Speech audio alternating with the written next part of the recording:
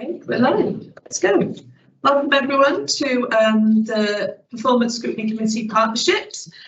Before we start, I just need to read a little statement, which is this Scrutiny Committee hybrid meeting is being conducted on a multi-location basis in accordance with the Local Government and Election Wales Act and the arrangements for the multi-locations meetings agreed by the Council, which will operate alongside the Council's standing orders to ensure that we continue to take democratic decisions in an open and transparent manner.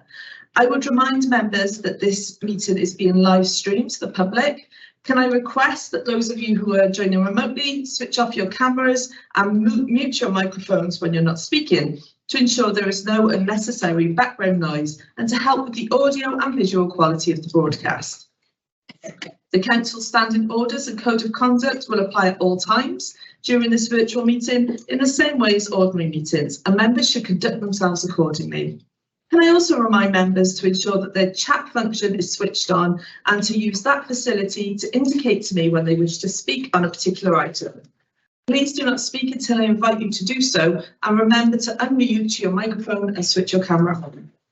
As well as being broadcast live, a recorded version of this remote meeting will be uploaded onto the Council website for public viewing as soon as possible after the meeting, whilst translation of the proceedings can also be provided upon request. The images and sound recording may also be used for training purposes within the Council. Thank you very much. Now, as this is the first meeting under my chairship, I wonder if those members who are here or online today could just introduce themselves, if that's okay. Yeah. Pat, would you like to go first? Yeah, Pat Druitt, I'm Councillor for Altarine Ward. That's it, thanks very much. On the screen, Councillor for the lead of Marshall. Davis, Councillor for Manchester East. I've got Zina on the screen. Yeah, Farzina Hussain, Councillor for Victoria Ward. Hello, everyone. And I'm Councillor Emcourt and I'm Councillor for England. Brilliant. And just a reminder to members, new and I don't want to say old, long-standing, we're here to scrutinise the reports that are in front of us today. Any issues that are specific to our wards that aren't in the report should be taken up outside of this meeting. Okay, so first of all, we move on to apologies. Apologies, Chair, from Councillors Baker, Westhead, John Jones, Matthew Pym and Kevin Whitehead. Lovely, thank you very much. Have we had anything from Councillor Morris? No. No? Okay, if it's okay with everyone, because Councillor Morris has obviously been with us on this scrutiny for over a year now, I'll write to him to ask if there's any way that we can make the meetings more accessible, or if there's anything we can do to help him attend. Is everyone happy with that? Yeah. Brilliant. Okay, right. Do we have any declarations of interest? Councillor Hussain? No? Okay. No, not from me. Thank you. Okay, if we just take a little look through the minutes of the previous meeting, which was held on the 29th of March at 5 p.m.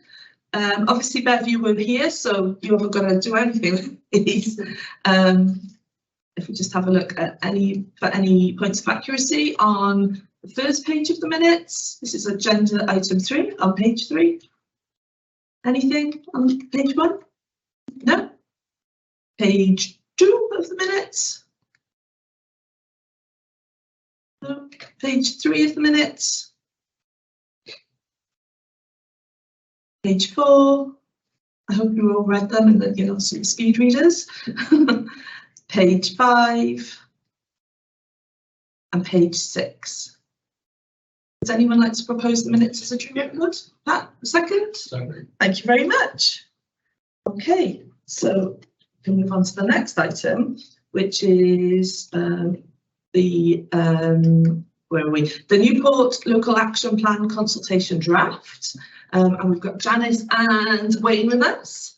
Fire away. Thanks, Jim. Welcome. Yeah, thank you. So, Prynawn Da, good afternoon. So, I'm Janice Dent, I'm the Senior Policy and Partnership Manager, and Wayne is our brand new, although he's not new to the team, yes, I'm newly promoted Senior Policy and Partnership Officer with responsibility for the One Newport Partnership, or part of it. So, if I'm honest, this was meant to be a further forward coming to committee today, but because of the timing with different kind of elements of the plan being signed off, it's kind of at an earlier stage than we would have liked, but actually has worked out quite well, I think, in relation to asking for the committee's feedback and comments and support. So it's kind of a double-edged sword. So we're sharing today the draft of the public consultation document to support the development of the One Newport Partnership Local Action Plan. Really nice to see some of our partners in the back as well. So if you've got any questions, you can ask there. So we're asking, as well as asking members to contribute towards the consultation as part of the process, what we're particularly keen on to ask members for today is to consider and comment upon the draft questions for consultation, and also the approach so that we can make sure that we get as much public consultation as possible. I know this is something that the committee is being keen to support previously, so this is how we can kind of improve that. We are hoping to go out to consultation during August and September, so September and August, because August tends to be a bit quieter because people are on holiday, so it gives us the September to get a bit more feedback as well. So it is one of 5 local partnership plans. So obviously this is our Newport plan, and every other local authority is completing their own local action plan to support the development of the Gwent, or the achievement of the Gwent Wellbeing Plan. We've already approved the Gwent Wellbeing Plan at our Cabinet and full council, and there is scheduled to be formally approved at the Gwent PSB tomorrow, and then published and public. So that's the other reason that this is a bit kind of later, because we wanted to be able to link the Gwent Wellbeing Plan to the consultation, so the public have a bit more of an understanding of where it came from and how it was developed. So it will be published hopefully tomorrow as required by the Wellbeing of Future Generations Act.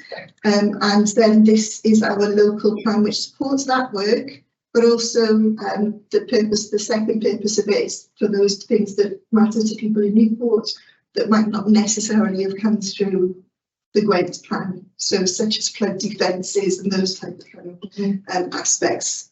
So that's why we've got the local action plan, two specific reasons. So it's pretty much about kind of those people, what's important to people that live, work, study and visit Newport.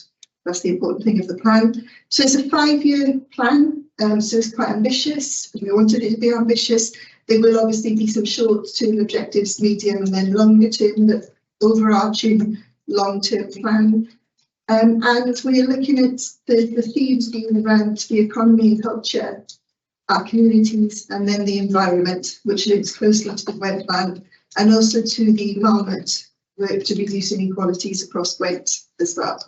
So the actions include things like ensuring that opportunities are available and promoted for people of all stages of their life in relation to their education and skills, developing an integrated approach to tackling poverty and inequality. So you can see why they're a long-term goal rather than something we can turn around tomorrow, and promoting sustainable and active travel as the preferred modes of travel across the city.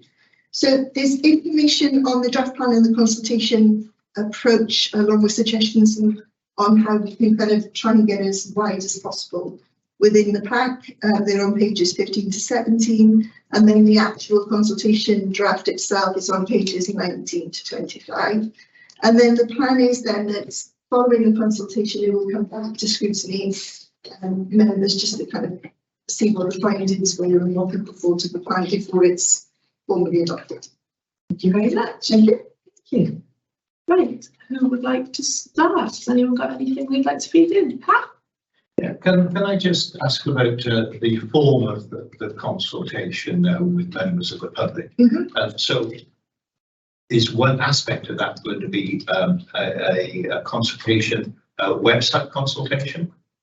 Yeah, so we're hoping, well, we're not hoping, we'll be on the website, and we're looking at the best Wi-Fi, but and then we're also looking at doing face-to-face events with community members as well, so trying to get that as wide as possible. Also the links within Newport Matters, etc. So yeah, it will be on the website, but it's not going to be the only way in which people could contribute. Yeah. And can I take that a little bit further forward? And you mentioned flood defence. It's going to be difficult to get members of the public's opinion on flood defence, do you think? Yeah, and I think there are three sections to the plan, and some people will be interested in all of them. Some people will only be interested in the environment, so whether it's flood defence. So the way we're looking to try and set the survey up or the consultation up is that people can pick the things that they want to. They don't have to answer every single section. And we've tried to, as much as possible, put just a little kind of explanation into the consultation, so it's not just people reading words that we all know because we use them every day, but you might not know if you're not within this environment. So yeah, but very much split it up so that people can, you know, kind of comment on things that they want to comment, that they know more about. Will Natural Resources Wales be part of that consultation and be part of featuring in the public events? Yeah, so what I meant to say, sorry, and I didn't, this is a One Newport plan, so it's a partnership plan, and it'll be a partnership consultation. So obviously Natural Resources Wales are heavily involved in that. We've got Newport Live, we've got housing, registered social landlords involved, there's the Went Police.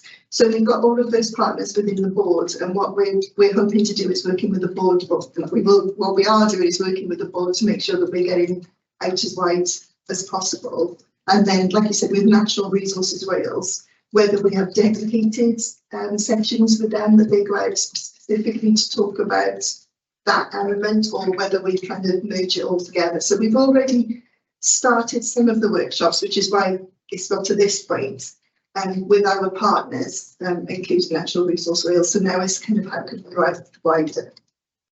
But yeah, no, they're a key partner, and Harriet in particular for Natural Resources Wales was in the team up until recently, so we've got a really good link here as well. Well, that's good to and she will know about the specific issues of Newport, a coastal city, and with climate change.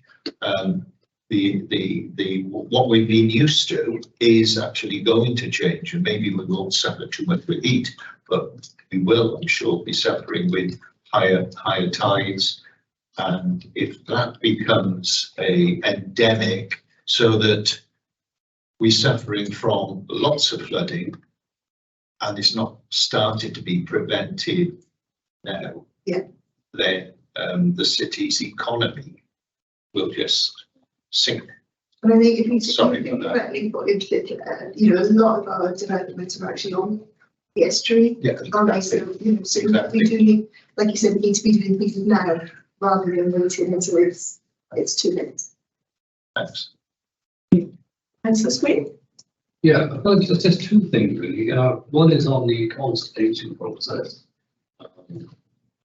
Obviously, that's very important to get as many people as possible because of the cost process. Do you intend to go out into, wards to make a sort of, visual presentation to people? But I think that sort of thing is really, really good, rather than relying on people going on the website. As you get out in the wards and having a ward event where people can interact and ask questions. Is that going to be part of the approach? Yeah, I think in that some of the timing would be right with the ward meetings that you've already got planned. We might not be able to time all of them in. I'm just thinking, I think Streaker Parks and Marshfield is next week, so I'm not sure how much we can do by then, but we can definitely try. But yeah, the aim is this time. And I think we've really suffered over the last couple of years with the pandemic and not being able to see people face to face. But it's about kind of, I guess, making use of those things that are already happening rather than inviting people or expecting people to come to something separate. What's already happening in local areas that we can kind of piggyback on and invite and support people there. I mean, in my ward, we've got 4 community councils. Obviously, you don't want to go to each community council. It'd be far better to have one, meeting in the ward, which would involve everyone. The other point is the fact that Newport is not a unified place. I mean, there's urban areas, but again, in my ward, we've got a semi-rural area. So what people may want in that area may be different to what they want in the sort of urban areas. Yeah, so one of the things that isn't in here is the demographic questions that we ask around the same time, but that will be factored in. So, you know, if people, so we're asking which ward that they live in, for example, so we can disaggregate that information then. I'm looking at Wayne because he's our kind of engagement and data kind of expert. Kind of look at, is there marked differences between you know, your area as opposed to Councillor Hussein's area as an example, and also is there any difference in ages? You know, younger people say one thing, whereas kind of, you know, people in later life saying something different. So yeah, that's going to be Wayne's little whizzy thing after we've received all the feedback. Yeah, and I would say regarding that, that's quite important, and that's why one of the reasons why I'm trying to get as many people to respond as possible to enable us to be able to build that down to wards or ages. So yeah, that's that plan that we always try, and we always include marking questions in any survey we do, and especially with that to this one. So Davis, have you got anything? I was wondering whether you didn't mention social media. Anybody use social media as a medium to? Yeah, so we've obviously got our One Newport partnership social media account, so we'll be using that. But again, as with everything else, we'll be working with our partners to be able to get our reach out as much as possible. So, you know, we've got our Newport City Council social media as well, but you know, obviously Steve with the Newport Live social media account. So it's very much going to be a partnership effort to get as much consultation as we can. We get definitely social media. Councillor Hussein, do you have anything? I know you were having technical trouble earlier. No, I found where I can raise my hand. I think it's once the meeting starts, when we're live, then the little chat box comes up. Yeah, what I wanted to ask is how are you going to encourage or, you know, get as much engagement as possible for the consultation? I know in the past it's been very difficult. I mean, in consultations, I mean, when we had one about dogs and to be kept on leads and in you know, cemeteries and parks and places like that, it was very hard for me to encourage people in my ward particularly to take part in the consultation. Every time I'd see anybody, I'd put it up on my socials, but still the participation from my ward was very low. And how are you, you know, going to actually make that possible? And is there like any practices you've used in the past which you might be using again, which have been successful in the past? We're learning all the time. So I think that one of the most successful kind of consultation periods we've had recently was the budget last year. Now, obviously, that's something that's very close to people's hearts. So we knew we were going to get kind of bigger numbers there. But I think learning from that, so, you know, having that different mediums in which we can do it. So social media, website, face-to-face, working with partners closely to be able to get out of those. The OPCC do lots of kind of different events and they support things. So they're going to be supporting the consultation as well. And also, like, you know, kind of basic things like printing out QR codes onto postcodes so people don't have to type in URLs, long URLs. So yeah, just learning from everything. And also, you know, kind of this is just one of the conversations about asking for advice and guidance as well, and asking other people how we can get that range as wide as we can. Yeah, okay, thank you. Always learning, I think, is the terminology. There was one other thing, you know, oh, actually, I don't think it was with this. It's in our next it's in our next topic. Yeah, no, it's not this one. Sorry. Thank you. Thanks, Rosina. I've just got a couple of points, if that's okay, talking about accessibility of the consultation. In terms of partially sighted people, will you be making full use of things like alt text, speech to text? Will there be hard copies in large print available for people? Those sorts of things. It's a really good idea because we talked about the social media way in which we can, you know, the alt text, etc. We haven't thought about the large print, so we can kind of support that. We were also looking at one of the speech and language specialists within the team is looking at the way in which it's written for us to see if the advice. Yes, yeah. And then a lot of the children, young people that we work with, particularly through the youth offending and youth justice services, they've particularly asked it for us to be, you know, on the iPads and things like that. So yeah, really good idea to do something large print as well. Speech to text for visually impaired people, making sure that, you know, it's compatible with that. Yeah. I think is really Yeah. important. And what about languages? Now, you know, Newport, we have I know we can't provide an interpreter for every single language across the city, but will there be some scope for interpretation services just to help increase that engagement in our communities, like Fazina was mentioning? I know you can't, you know, like Maindy Primary, they have 64 languages. I know you can't, you know, accommodate all of them, but no, and I think there's some things that we can do. So at the moment we're trialing answer translation services within the organisation. So particularly, I mean, obviously Welsh we have to do. That's absolutely, and something we would want to do. But we're trialing that as well. So we're trying to kind of, and I think we're looking at some kind of trying to find links within different communities just to double check, because machine translation is not always, you know, really good. So any advice that people can read this in with people with that speak different languages would be really helpful. Fazina, I'm stamping on your turf a little bit here, but I know, for example, Maindy Primary School have a group of young interpreters that assist parents and teachers, don't they, Fazina? So that might be a great way to link in and to encourage engagement in Maindy, for example. Would you agree, Fazina? Yeah, absolutely. And like initially, when they started the Young Interpreter project, it was just for year sixes. But this year, they've actually they've widened it to year fives and year 3 and 4. So they've actually the young interpreters themselves actually interviewed the younger classes and chose themselves, you know, who they thought would be suitable to become future interpreters, because obviously now the year sixes are going to go on to secondary school, so they needed, you know, people to take their places. So they've widened it to the other years as well, which you know, and they do a fabulous job with the parents, because like Emma said, there's like so many languages spoken there. And you know, it's really useful for the parents as well, who do have whose English is not their first language.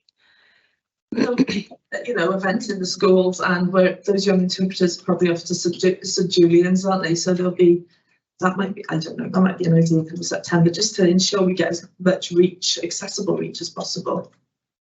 Great, thank you. Yeah, that was really helpful. Has anyone got anything else they'd like to add? No? Thank you very much. Thank you. Thank you. Thank you for coming. Thank you for joining us. Look forward to seeing you in October. Yes. Yes. Thanks very much. Thank you. Steve and Kevin. Oh, and Councillor Forsey, sorry. You're just observing. Okay. Steve. Good evening to you. It is evening, isn't it? It's nearly tea time. I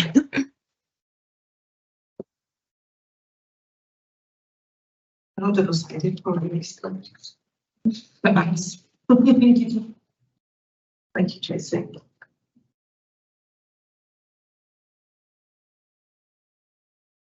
You scared of us, Steve?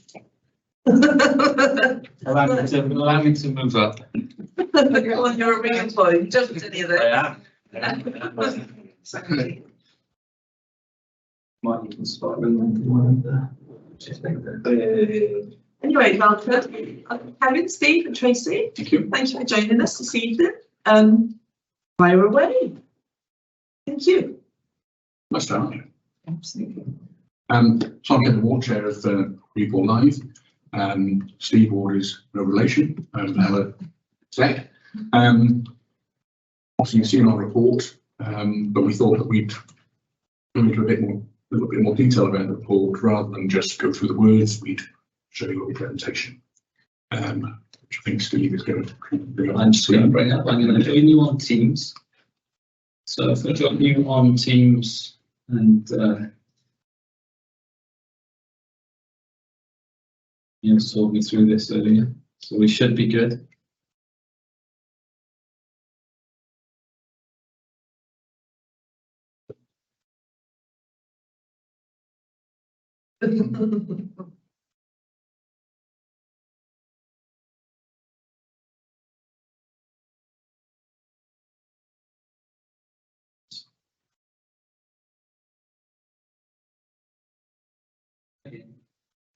Which email address you going in from? Is it from Kevin's or yours? That'll be from Michael Steve. It's good stuff like that. Showing that I'm in.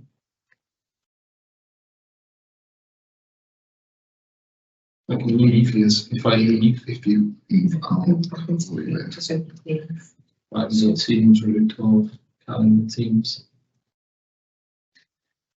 Technology.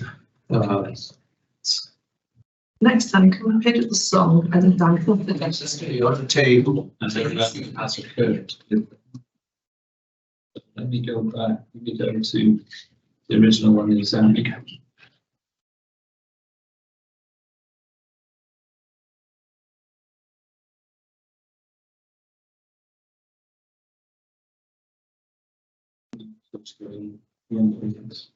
Sweet. Speak to Ian later. Can you Apologies. say it over you, Tracy? I'm trying. No, that's good. Yeah. Good. That's good. Yeah, not bad at all. Coming to the end of a long day, but nice day. Yeah, very nice, yeah. For the rain. Choice of technology, eh? Teams decides not to work. Let's try it. Close the camera up here, just a moment. Yeah, that'd be fine, yeah.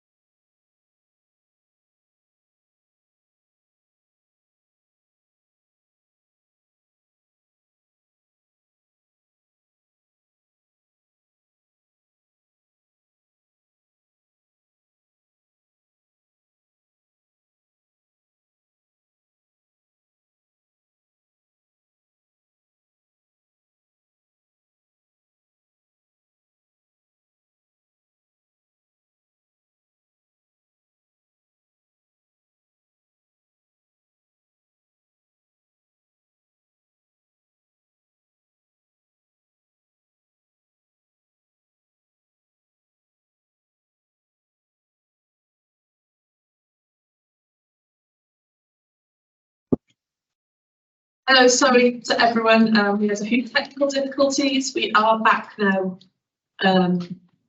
Brilliant. So Steve and Kevin, away you go. So I could do the whatever. Thanks very much, everybody. Finished.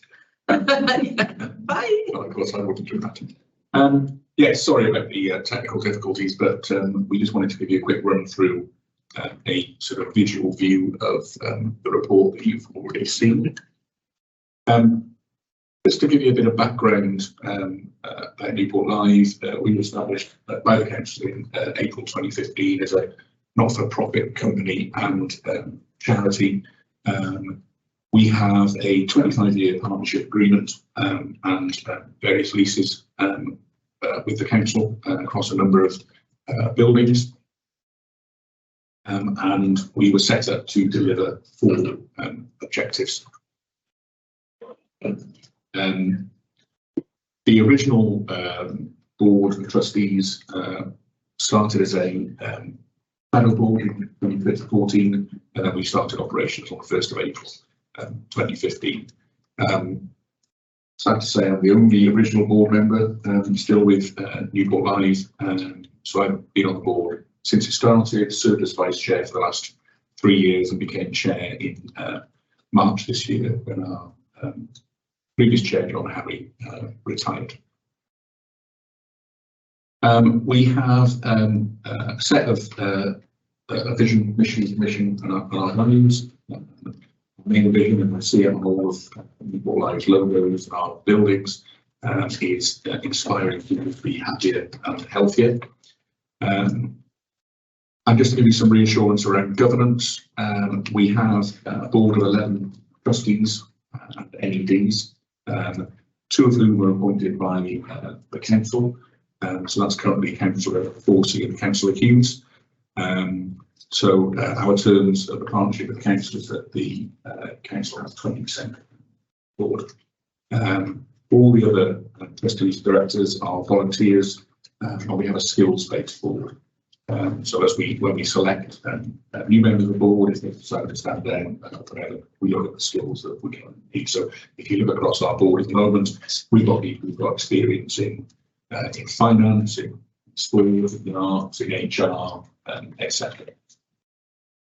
There are a set of subcommittees that provide scrutiny and direction to the board. So there's a finance and HR subcommittee, one covering marketing and communications, one covering strategy, and we also have an arts advisory panel that provides strategic advice to the board about the needs of the arts community in Newport. That's chaired by one of our board members, but it's made up of people from within the arts and culture areas of Newport.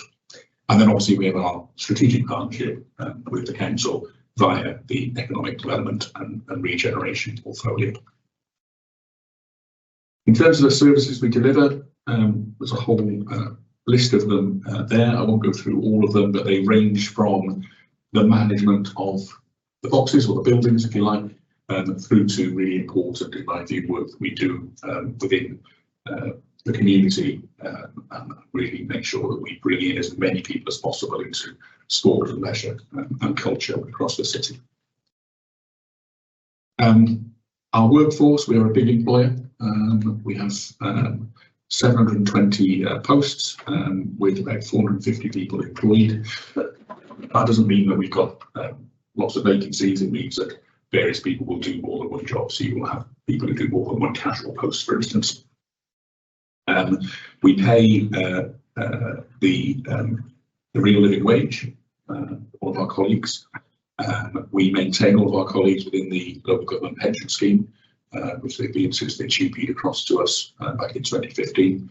And our budget for this year for salaries is 5.8 million, and that's almost 2 million more than when we started back in 2015.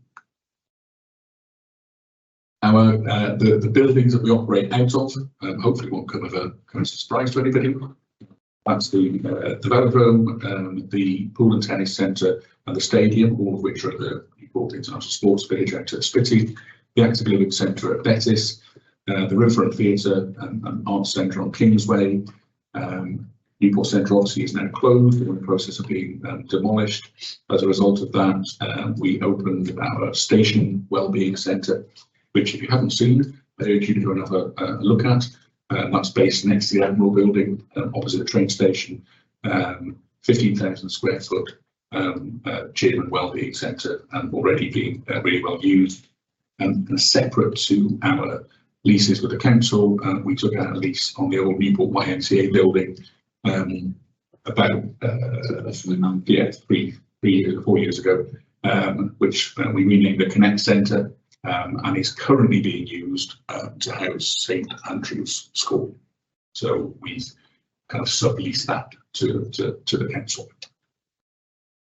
And finally, because we're talking about partnerships, sorry, I should say finally from me, so I'm going to hand over to Steve now.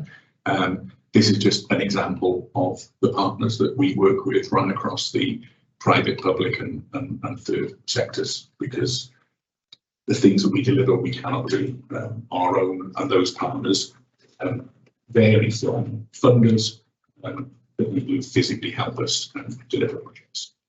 So with that, whistle stop talk, I'll hand over to Steve. Thank you, boss. Thank you, Chair. Good evening.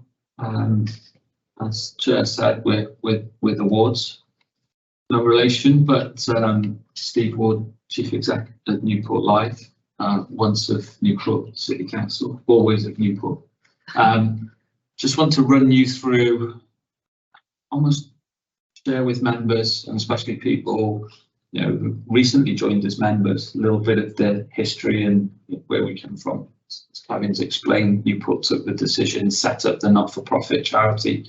And just give you some context, just over 50% of leisure provision now is delivered through partnerships, trusts with local authorities in Wales. So local authorities have taken the decision in around 50% of operations. Newport took that for some of the financial efficiencies and also some of the agility reasons you'll see. So the Geraint Thomas National Velodrome, it was originally Wales National Velodrome, renamed when G won the Tour de France, and a particular individual, together with the leader of the council, had an idea to rename the facility and seek permission from Welsh Government, given it was a national facility. So it's got the status. You will see Olympic athletes, but principally it's used 99% of the time by local people. And it is now our principal indoor facility, with us losing the Newport Centre at the moment. So that as an indoor sports facility, there's 12 badminton courts in the centre of that. We have a third generation football pitch at the rear of that space, together with a number of other facilities, gyms and dance studio in that space. The regional pool is an 8-lane, 25-metre movable floor swimming pool on the left. That is Wales's best short course swimming competitive pool. So 750 seats. There isn't another one to rival that in Wales. So sometimes the floor is at 1 metre, sometimes the floor is up at deck level to bring people in with any additional needs. There are also hoists, but importantly then it can scale up to regional and national events and then bring people into the city for national short course swimming events, water polo, regional competitions. So it's good from an economic driver as well, but it sits well with facility. We've also got a small teaching pool on site, which is then used for everything from swimming lessons all the way through to aquarobics and a new product that we've launched called Good Boost, which is effectively similar to National Exercise Referral, and people come in and use tablets and self-guide themselves, but using water. So hip, knee, pain relief type programs using water for additional mobility. One area we're hugely proud of is the tennis centre, which is adjoining the swimming pool. That image was only last weekend after some road shows in the primary schools in the city. 480 young people came, and I think there were 87 young people who joined a lawn tennis association partnership with us. The middle image is a genuine image of people with visual impairments playing tennis, and that there's some opportunities for members to come and see that shortly, where we're hosting a very good competition for the whole of the UK. Newport Stadium, designed for football and athletics, is home to Newport Harriers. Newport County train at the facility, so they have a lease on a facility just to the right in that middle photograph as their base. It's hosted women's internationals. That's a genuine image from the stadium. And now on the right hand side, that's the use by Newport RFC, who are no longer at Rodney Parade. So that being principally the second stadium in Newport, and that's within our gift to operate. So that will host events, televised S4C games for rugby as an example, but principally, and the chair and I met yesterday with the Harriers, who've got 500 members in there 4 nights a week and 100 on waiting list to get into their kind of provision. So you can see the value that it has in terms of participation. And there's 1,100 seats in the stadium, and we'll talk about it shortly, but there's just been a new roof put on the outside of the building. The one formal dual use agreement that is in Newport is a Newport High School. We call it the Active Living Centre, which was a 2008 upgrade from Bettis High School. 25-metre 4-lane pool, sports hall with 4 courts, and at the moment a 3/4 size sand-filled AstroTurf pitch, which tender closed yesterday on increasing that with 21st Century Schools funding and funding the 400,000 that we managed to pull in from Sport Wales to turn that into a full-size 3rd generation pitch to increase opportunities in the city. So everyone keeps their fingers crossed when we can examine that tender. Hopefully that will be within price, and with an 18-week build over the course of the next year, it could make a huge impact in terms of provision of outdoor space in the city. The next slide is a reminder of,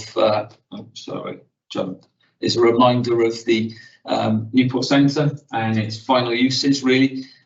So you had the pool in the centre, mass vaccination centre, which we had for a large period of time, and was immense in terms of 370,000 vaccinations went through that space in the city, and some group exercise spaces, all of which are really important to those communities that used it. But we could see how flexible that concert venue stroke sports hall stroke venue was within the city, for the city. And then this is having moved out of the Newport Centre, we work with Tracy and her team to develop an option in city centre for wellbeing for all of those customers who the profile of what is delivered by Newport Light isn't what is in the private sector. So we very much encourage people to participate in physical activity from very, very young ages, to pick a wellbeing environment from the age of 11 all the way up to people in their 80s regularly exercising. And there's a rationale for that. And if you look at the image on the left, that's a genuine image of a lady training on a treadmill together with her guide dog waiting for her. And we've got a number of visually impaired customers. We have a very large number of clients and customers using that facility with a disability, with additional needs. But it's now, as Kevin said, that's a 15,000 square foot wellbeing space, and it will allow us to maintain a business presence, maintain a service for residents in the city, whilst new facility is designed, developed, and hopefully moves forward. Claire also mentioned a separate lease that we took on the Connect Centre, was at Newport YMCA, which we took and delivered education programmes out of there, wellbeing programmes and community-based sessions allowing clubs to book the space, and then I listened to one of the colleagues in education when there was a statutory need for a school, and I'm going to say, being a very good partner, Newport Live decided to prioritise our big partners' needs above ours, and we could relocate. It didn't work for us, and it's actually cost us a programme, and it's cost us some incredible colleagues who've moved on. But I think we still did the right thing in supporting the council to relocate St Andrew's Primary School. So we have a 10-year lease on the Connect Centre as it stands at this moment, and we're in year 4, and we've agreed for Newport City Council to use that for another year. Then we have a diamond in the Riverfront Theatre and Arts Centre, fantastic performance spaces with the main theatre, just under 500 seats, studio theatre, but the ambience and the location on our riverfront. It also allows us to move into the communities and deliver programmes of arts development right across the city. And on that, I just wanted to share some trends from a scrutiny and how well is it performing and where have we come. So if you just glance at the slide of performance, you'll see it's rebuilding an audience. So where we started, 100, and these are really ticket sales. It's not all of the people who come in, we simply haven't counted and can't count them. However, 103,000, and we're now sat at 138,000. So since we started at the end of March, it was just under 750,000 users have been through, and you'll see the impact of COVID. So COVID took us right down 2000. It was the last sector to reopen. But what we did, and I'll share with you another example of partnership, we worked with the Gwent Coroner's Office to host during COVID online cases where there was some significant investigations going on and reporting and a really nasty case, but we were able to facilitate online provision allowed by government rules for the courts to take place. And simultaneously, I'll touch on it what we did with the velodrome. On the sport and leisure side of things, I'd just like to draw your attention, first of all, bottom right hand corner. So counted participations in physical activity, and we try to capture as many as we can. We think it's around about 11.5 million in the years that we've been operating. And you'll see on the left hand column, so this was the national performance indicator which all local authorities were bound to use by the Welsh Local Government Association, and that's what we were asked to use as a performance measure. So what that did, it detailed how an operator should count the number of people on a badminton court. As an example, all of those, there'll be lots of badminton courts in there, but if there were 10 of us on there, we can still only count 3. So it gives you an idea, and it gives you, if it was a netball, if it was a game of netball, it would count 7, and five-a-side football would count 7. And you're thinking, well, it doesn't quite add up, but it gave some strategic numbers that we used across the UK. Across Wales. We were counting spectators, and you'll see some drop-offs in the middle. You got COVID, but there was also an impact around when we closed the seating at the Newport Centre and took away the concert venue that was there. We moved to standing, and then we delivered other events, but you'll start to see 2021-22 when the regulations changed, we brought people back. There weren't that many sporting events, they were catching up, and now it's getting back and certainly busier. And then non-physical activity use of facilities, that will be meetings and reasons and purposes other than physical activity that we could count. So some busy facilities, but 11.6 million uses. It would have been, in my opinion, around about the 15 million at this point, had we not been impacted by COVID. Some facility refurbishments, when you take those it could go down.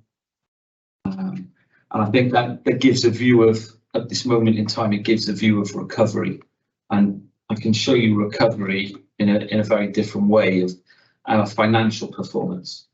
So when Newport City Council established Newport Life were established with 0 reserves, but they were established with a healthy agreement that what we call the management fee on the right hand side is paid quarterly in advance.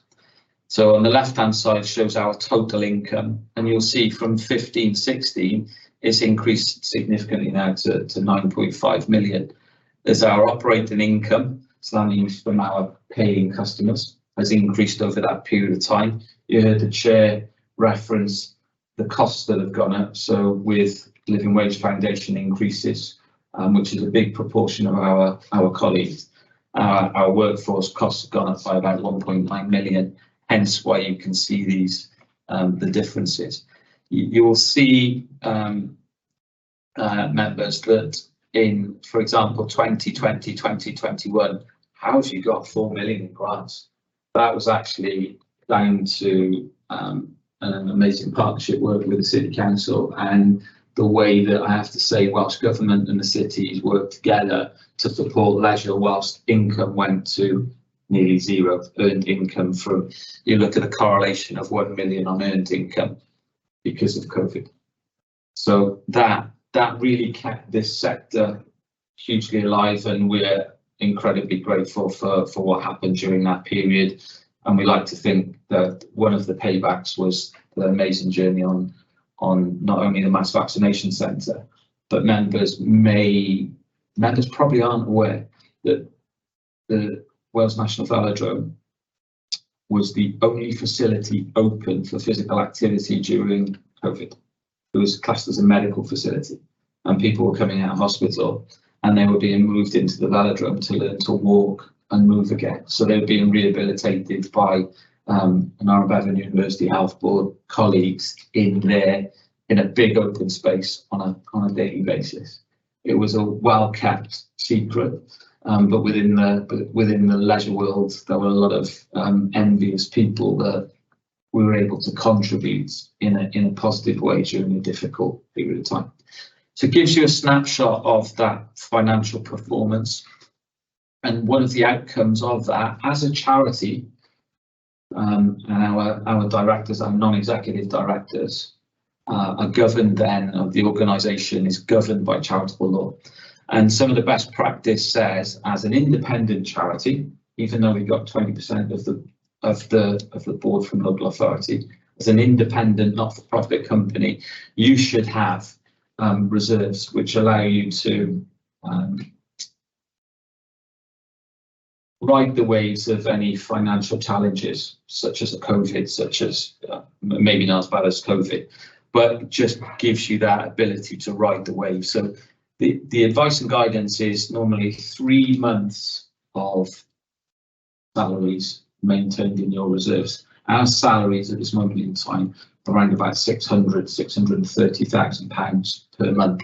So when you look at how that's increased, that's now currently sat at 2.2 million. It's not a million miles away from having that, and as an example, some capital funding which can then be introduced together with funding that we benefit from with the City Council's corporate asset maintenance programme, but also some external funding.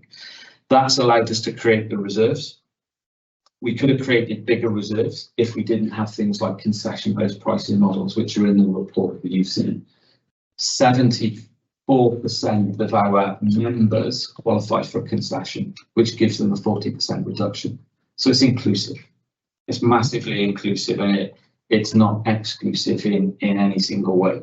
A number of local authorities, a number of trusts don't have that, and they simply become more of a commercial operation, and it's not as inclusive, but it allows you to develop either reserves quicker or reduce, on the previous slide, the management fee quicker. It's that question around access and value. So in the spirit of transparency, our information is shared on a monthly basis. have cabinet members who are non-executive directors, so they see all of that, the cash flow, the financial position.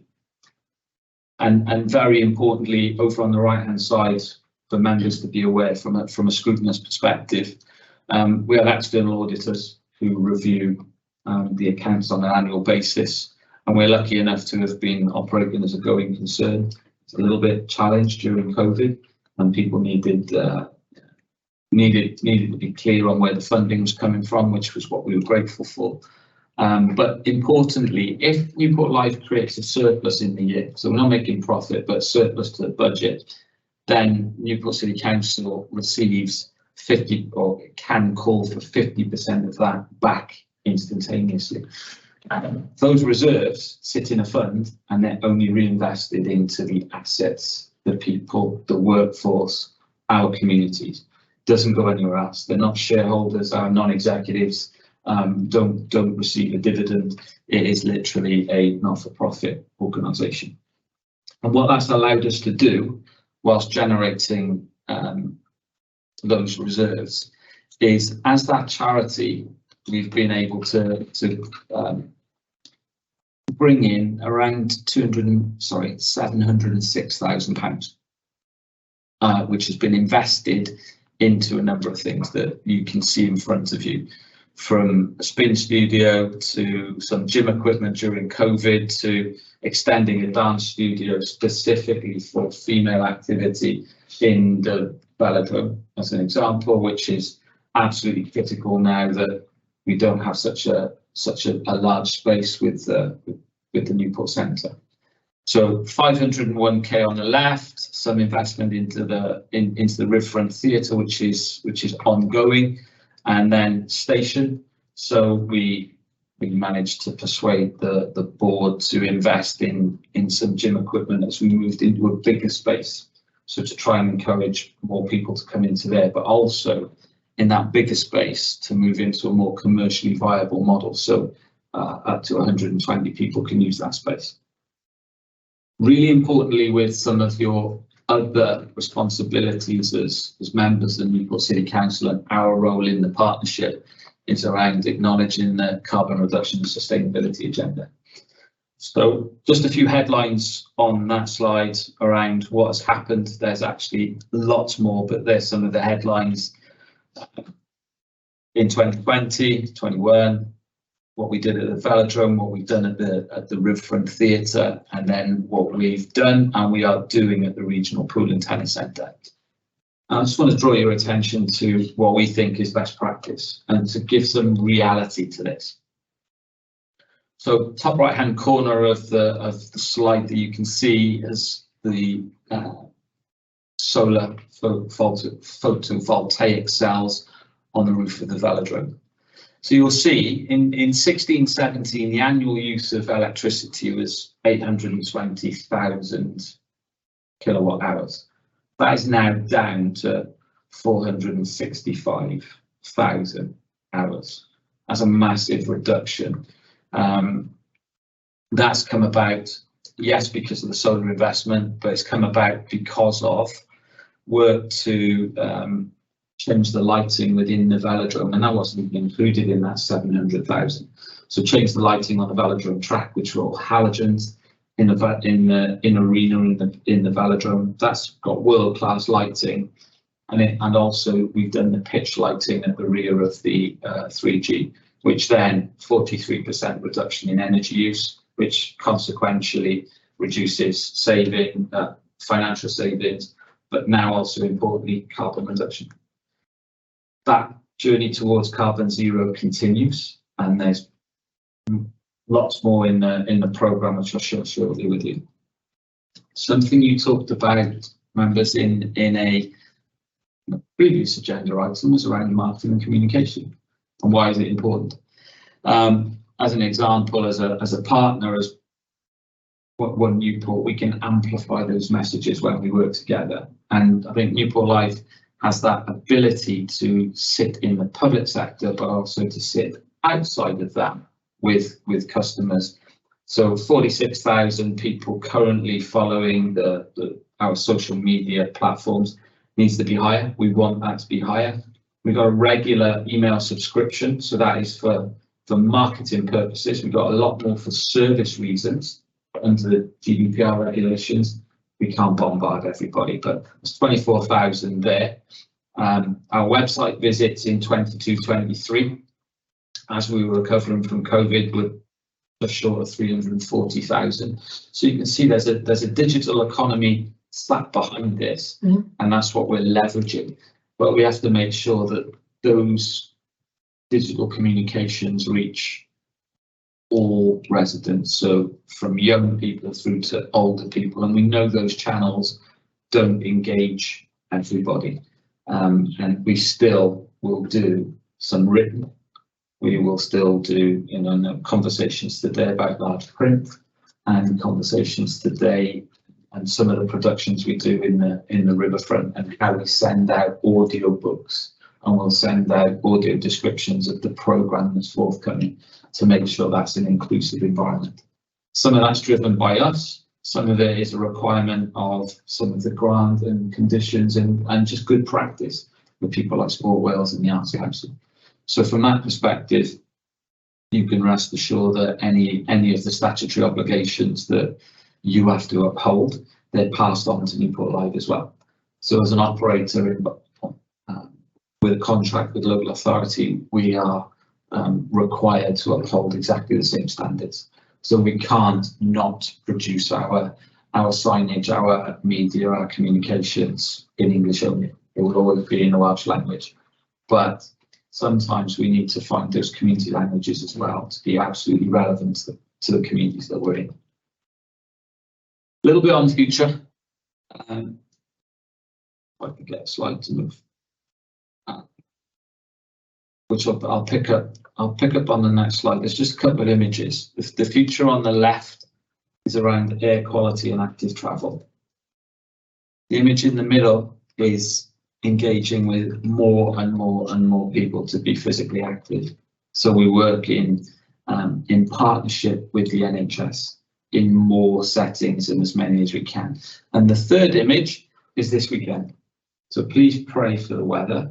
And Wales's largest free outdoor arts festival will be in and around the city centre. Some amazing acts, Saturday and Sunday. Please come and see it. Please scrutinise what we do and give some feedback. But a number of key highlights that we're working on at the moment. So our board paused with COVID on strategy. We paused with the redevelopment of Newport Centre to make sure we're aligned with our partner at City Council.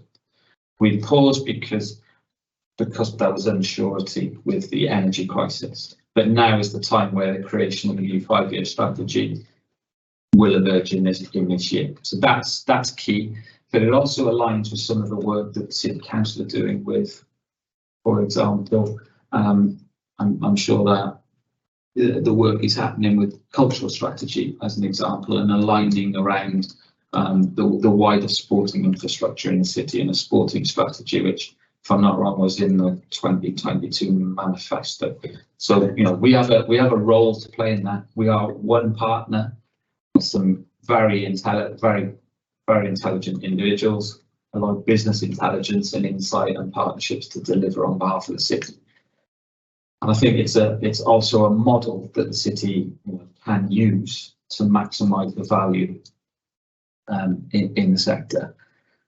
We were lucky enough to be chosen to deliver behaviour change programme on behalf of the City Council as regards to the Burns report and air quality and getting more people cycling and walking. So each one of your wards this year will have walking programmes introduced into the wards.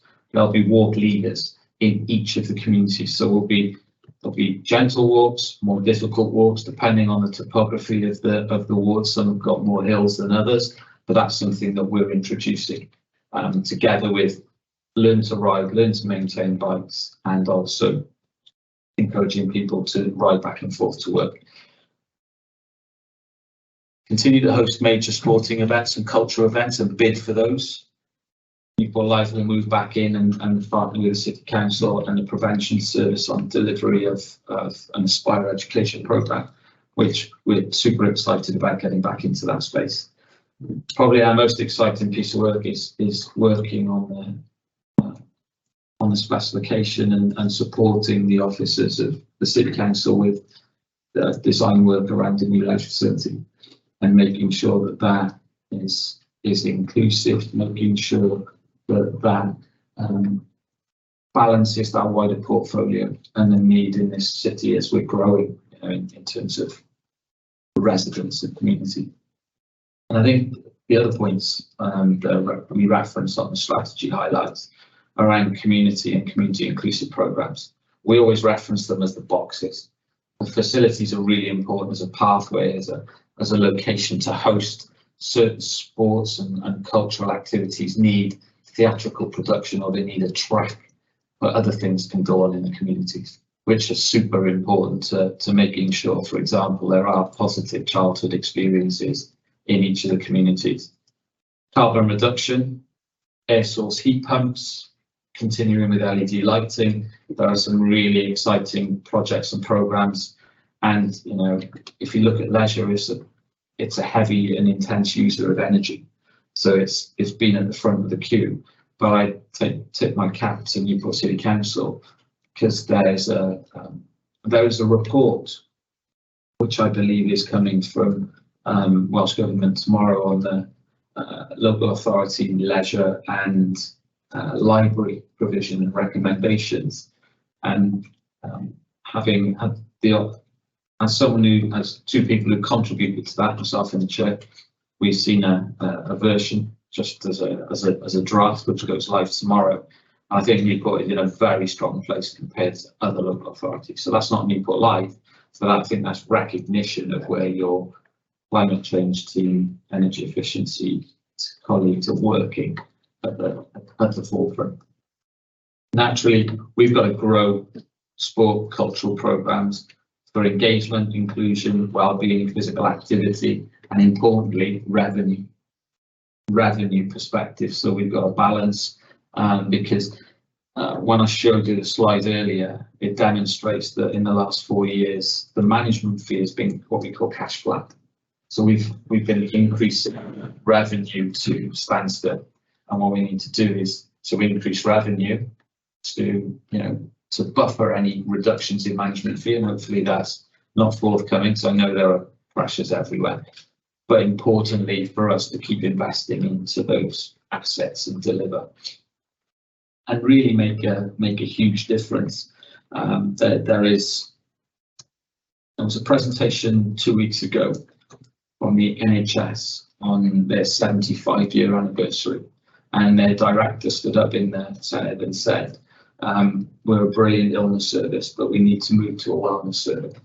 Having worked with some of their senior officers, they recognise the preventative element is key. And I think that's where the partnership that Newport Live and Newport City Council have got is really step forward. I haven't shared examples tonight, but we have NHS services starting to move into those facilities as a frontline service. And I think hub and spoke models and using assets where we've already got most of the costs and there are no increased costs and they're open 7 days a week for 112 hours are the ones to be exercised and used, excuse the pun, in a fruitful way to deliver services for local residents without building new and more.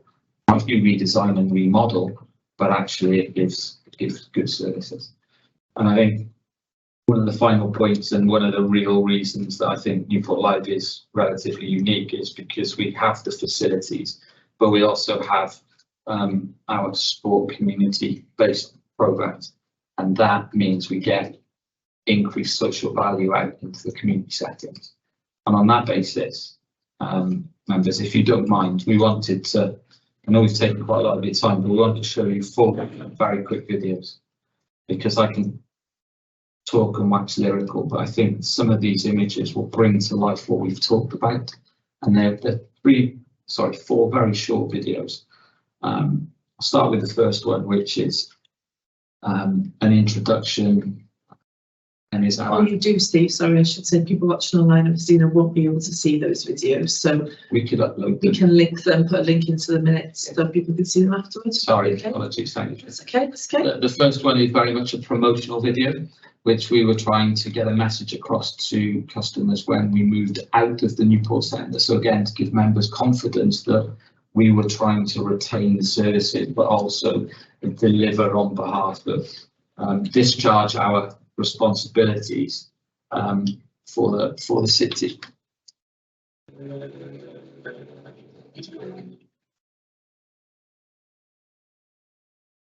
Why that stopped.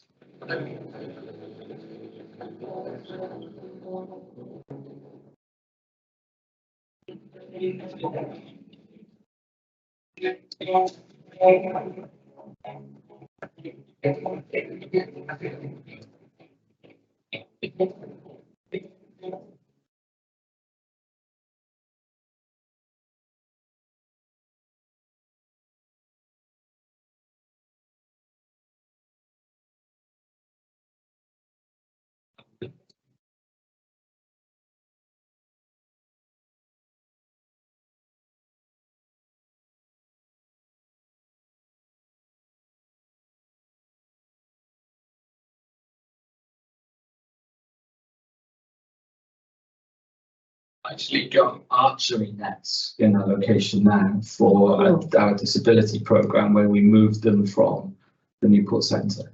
There's chair-based exercise for the National Exercise Referral. There's a falls prevention programme. There's all sorts that we've got going in there, and there are lots of young people, and that's at the back of the Admiral Building in Clanbryan. So please come and have a look at that. That's our interim facility. That again with Tracy's team, the Newport Life has taken a lease for 3 years on that, with an option to extend that. As it stands at this moment, the last 90 days, but 24,940 attendances. That's amazing. So it's not a Newport Centre. It doesn't do a lot of those facilities, but it's now starting to have an impact. And that's significantly higher numbers than we're getting in our other gym facilities, for example, at Sports Village. Naturally, the Active Living Centre with the size of that, but with the size of this facility as well, it's giving us that opportunity to deliver service. Sorry, it's giving us an opportunity to deliver those services and differentiate. And there are people in their 80s, and there are people just in their, well, not in their teens, at the age of 11. So you have almost a family environment. One thing I haven't touched on too much, but is a golden thread through everything we do, is around equality, inclusion, diversity. There's just a very quick video I want to share with some of the work that we've done. And this is only a glimpse, but this is. Newport is ensures we've got activity for all, regardless of ability, disability, gender, race. We want to make sure that everyone's got an opportunity to take part in sport. Got a range of fully inclusive activities, as well as specific activities targeted at different groups with adapted equipment.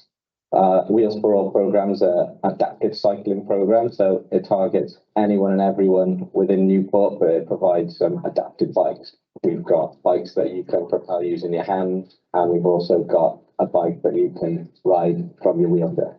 We've got lots of positive impacts from our programs, lots of people that previously haven't been able to access cycling, so now they're back enjoying a sport that they really enjoy. We're really proud of our Wheels for All team being able to offer cycling opportunities for all and getting people back into cycling with their friends and family. Thought that wouldn't be possible. You see an example there.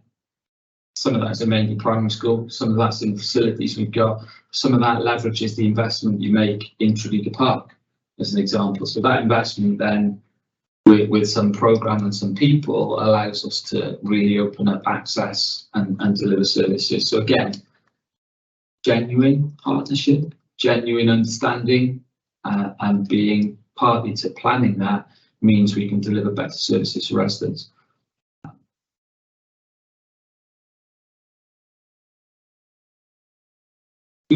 two more videos which are very, very powerful. I think are very relevant to the wider provision in the city and the responsibility that we've got where you don't necessarily have facilities. Our community sporting programmes deliver and facilitate high quality, inclusive sporting opportunities for all within Newport. We help people with their personal development through training, education and support. Linking sports clubs with local schools, we are at the heart of the communities, providing opportunities for sport, physical activity participation to ensure everyone is active in every stage of their lives. Through our work, we want to ensure lifelong participation and the love of sport for all. Our team provides ongoing support to clubs throughout the year, around governance to membership, facilities to funding. We're there to ensure and enable sport thrives within Newport.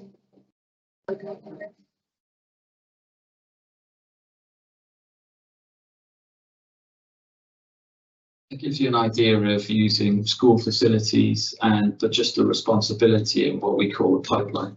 So making sure that we're in 57 schools and primary schools, we're in high schools, and you're actually giving that pathway to participation. And sometimes that's very easy for young people who've got, you know, a great family network, great support network around them, and they can pick them up and take them, and they bring swimming lessons, and they take them to Club X and Club Y, and you know, but sometimes that doesn't happen. And sometimes that becomes a challenge, not necessarily for sport, but sometimes for the wider community. And what we do, we use sport as a tool. So in the context of the next video I'll show you, we are merely a tool that engages in different community settings in the city and partners with. I'll leave the final slide to explain who we partner with and strategically target programs, but genuinely try to make a difference to people's lives. So it's the final video we wanted to share, and we think this is a young person growing up in Newport is quite great. You've got the young guy who's 9 or 10, being told by his brother to carry a knife because that's the only way he can keep himself safe. I worked with a young person who went to a young offenders institute. He spent nine months there for, you know, drug dealing. I asked him about it when he came out. I said, right, okay, you're out now. What good have you got? He said, well, you know, my guy's going to buy me a pair of trainers, £160. I said, right, okay, is that worth staying in prison for 9 months? And he went, yeah, because my guy looks after me. He breaks your heart. Because the thing is like easy money, and definitely I can do that for like 5 minutes. Just drop off and I go 50 quid. Where's that? It's scary, it's really scary. So, you know, we've got year 5 and 6-year-old boys and girls carrying knives, asked to carry bags, selling things in the park. They're just children who want to be loved and who want people to care about them. And this is what this project's about with Newport Life Positive Futures in primary school. This is what it's about. It's not breaking that down, getting in early, trying to break the cycle. So Positive Futures like sports, using like sport as a tool to sort of tackle maybe some problems that they've been having. It's like a gateway, really. Like if you're starting a lot of kick about it, and then sort of see how's things. Oh, school's a bit rubbish and something else, and it's an informal way of sort of connecting and getting to chat to them. That you could look at it and go, they're just playing sport with those kids, but actually no, it's not. I'm a massive believer in what life lessons sport can teach you. It teaches you you're going to win or you're going to lose, and that's okay. It's about being part of the team. It's about communicating. The sport is a massive, massive facility. Young people can leave their troubles and worries behind. You don't have to be able to speak a language to play football or kick a ball with someone. I use those words all the time, non-threatening. It's just simple. Every time I'm stood in front of a young person, no matter if they are having a bad day, whenever they're hitting their pads, they're always hitting them with a smile on their face. Well, it's like pressing the reset button. They speak to staff and staff may challenge their behaviours or ask them in a way, but for the young people to know that they're there as a support tool for them. For me, it's that message that we care, that we're here and you matter, you belong here, but you belong and you can contribute. They're infectiously beautiful, these children. They're just beautiful young people. For me, I get emotional. It's huge. It makes a massive difference. If we want young people to thrive, we've got to enable them and to be a part of that. Sport can offer, and it did it for me as I was growing up. It's that confidence, that self-belief. It's the friendships. You can't cross that line because something's going to happen. We can create that environment through sport, a restorative environment where they listen. We're given that award of playing sport, which is rewarding for us because we know that they're going and just running around. Boxing especially has been huge because it's a nod to their own culture. I was in class, and Miss Smith was like, "Come do the professional boxing." Yeah, now I'm buzzing. I was coming here, I literally ran here, and then I got to meet Sean. So inspiring to me to watch kids just putting their focus into something positive, like, you know, like telling them something to do and they're trying to get better. Them characteristics in any way of life, in any job, in any sport. You know, I sort of look at that as a professional sportsman and say, that's the attitude, like. This is unique what we're doing. There isn't anywhere that works like us, but it works. We've got this shield between us that's surrounding this one child, but lots of children, they've all got that. It's a multi-skilled, multifaceted team of professionals who genuinely care about young people and have got those skills and qualities to engage them. People need positive futures. They're showing that these kids have got something different in life. And if we could just give these kids the opportunities and chances, these kids will do something special with their lives.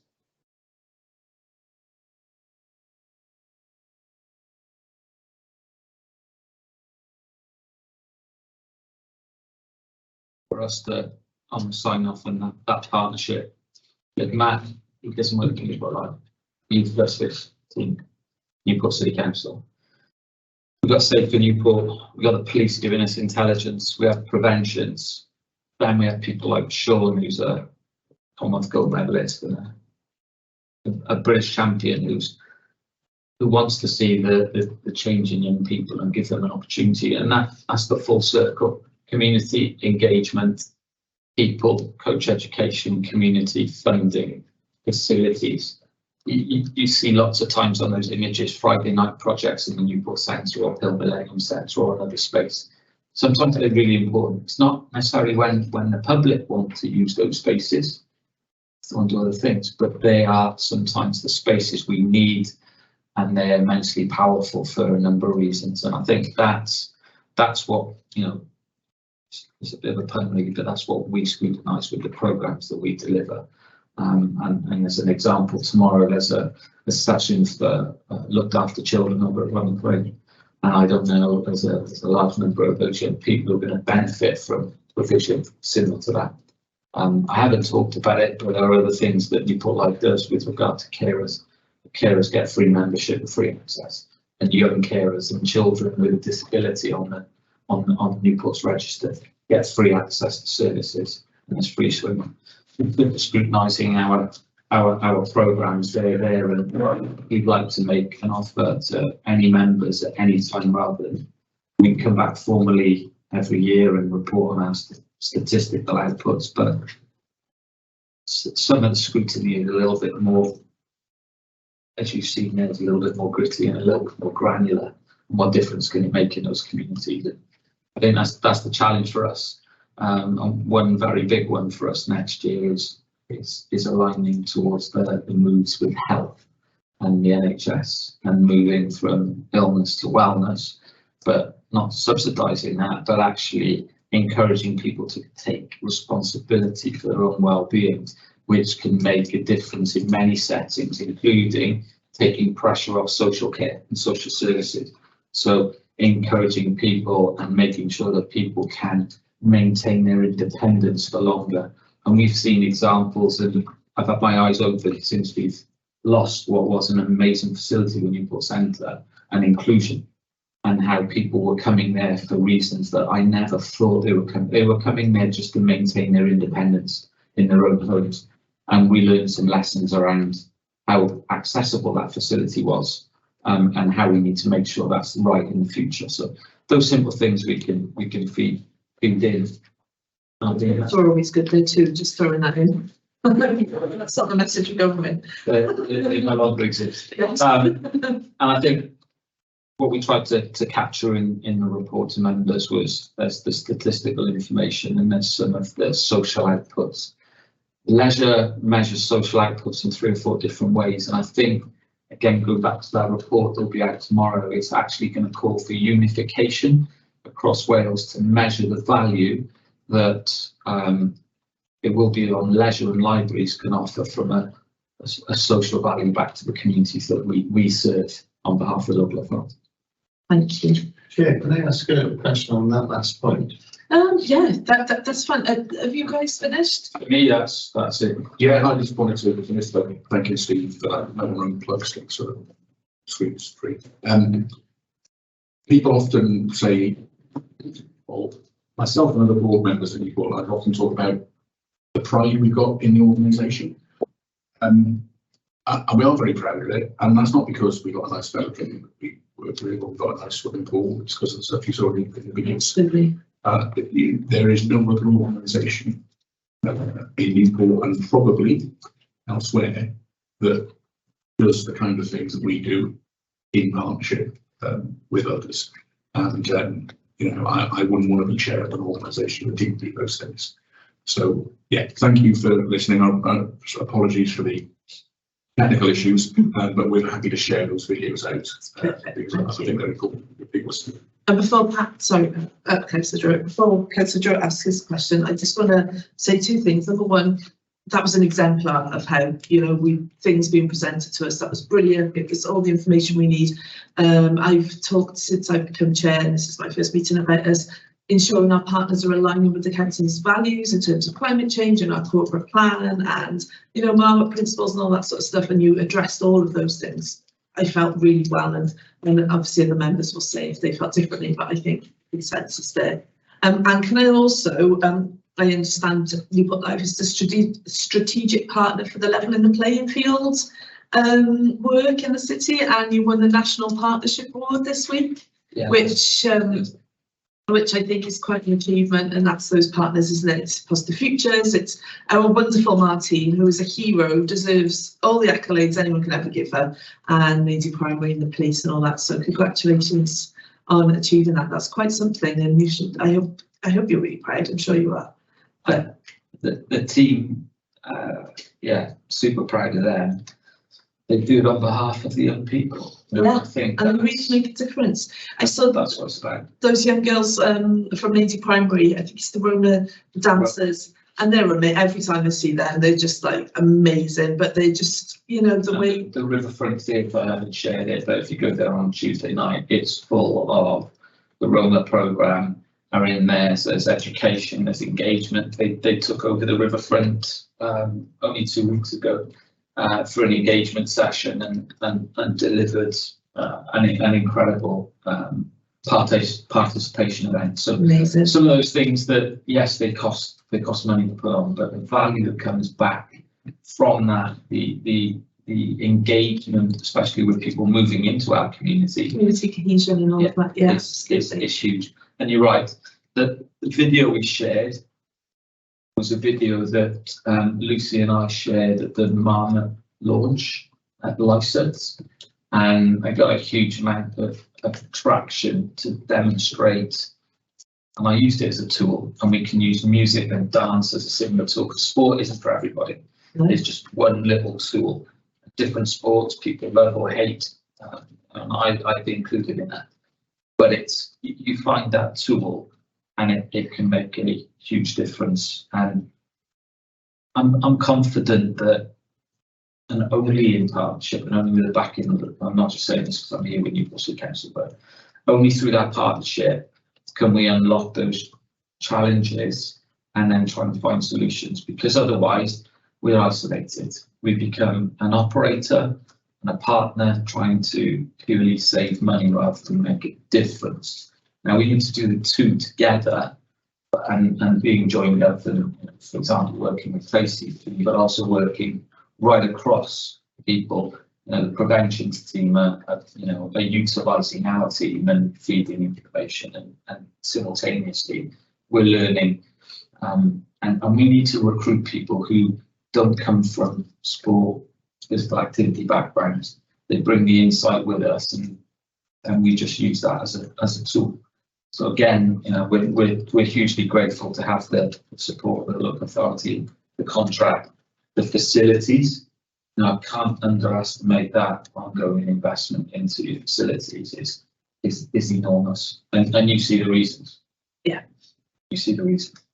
And there's some, sorry, Chair, some good news, but there's so much to tell us. We signed off this week on Olympic training camp for 2024 with TPB, which is embargoed, but we'll go into the media in a number of months. I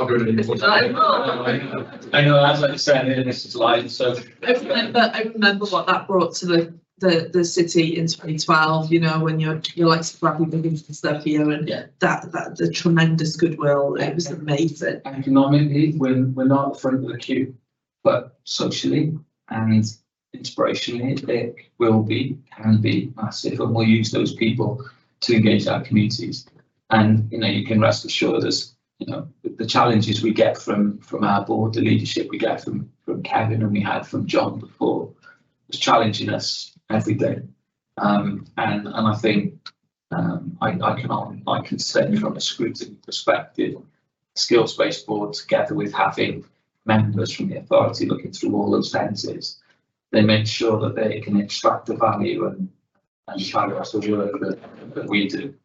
I guess that's it from us, and we'd love to pick up any questions that you've got. Yeah, so do you mind if I just run through my 3 points before you? Are you sure? Yeah. Thank you. So I just wanted more congratulations, more praise really. The menopause, the menoactive thing, and the men's mental health work that you've done over the last couple of years. I mean, they're so vital, and it's good to see that it is thinking outside the box and not just that traditional delivery. And it's not just young people; it's us. Midlifers need a bit of something special as well. And I think that's just brilliant. And again, with the riverfront, those figures that you touched on, the fact that the riverfront is at its highest ever figures, coming back after the pandemic. I'd be interested to know, after yesterday's music tourism report, how much of that is tourism that comes into the city centre, or how much of it is local. I mean, it's amazing whatever it is, but I would really, if there's any further info on that, I find that really interesting. Yeah, we can segment all of that information, all of the data, and literally today we've had to change our ticketing system. So our ticketing system, obviously we capture information so we can then profile and share that information. So from an economic perspective, where those people are coming from. And we know, depending on the genre of activity, roughly where people are going to travel from. And Newport will get 40 to 50 mile radius. Yeah. Comfortably 20, but depending on what's on. And when you put someone on who's got a particular interest in a particular field, you'll easily get 50, 60 mile transitions in. But the programme is building and growing. And what I didn't share is we've applied to the Arts Council of Wales for double funding because we think we're worth it. And we think not just because of the riverfront itself, but we've applied for double funding, so roughly 250,000 as part of their arts portfolio funding to go into the communities with a bigger arts development programme. And at the moment, I think we've been really successful with sport, positive futures, physical activity, and that's gone well. We're a little bit behind when it comes to our art, music, interventions in the community, and using the artistic forms.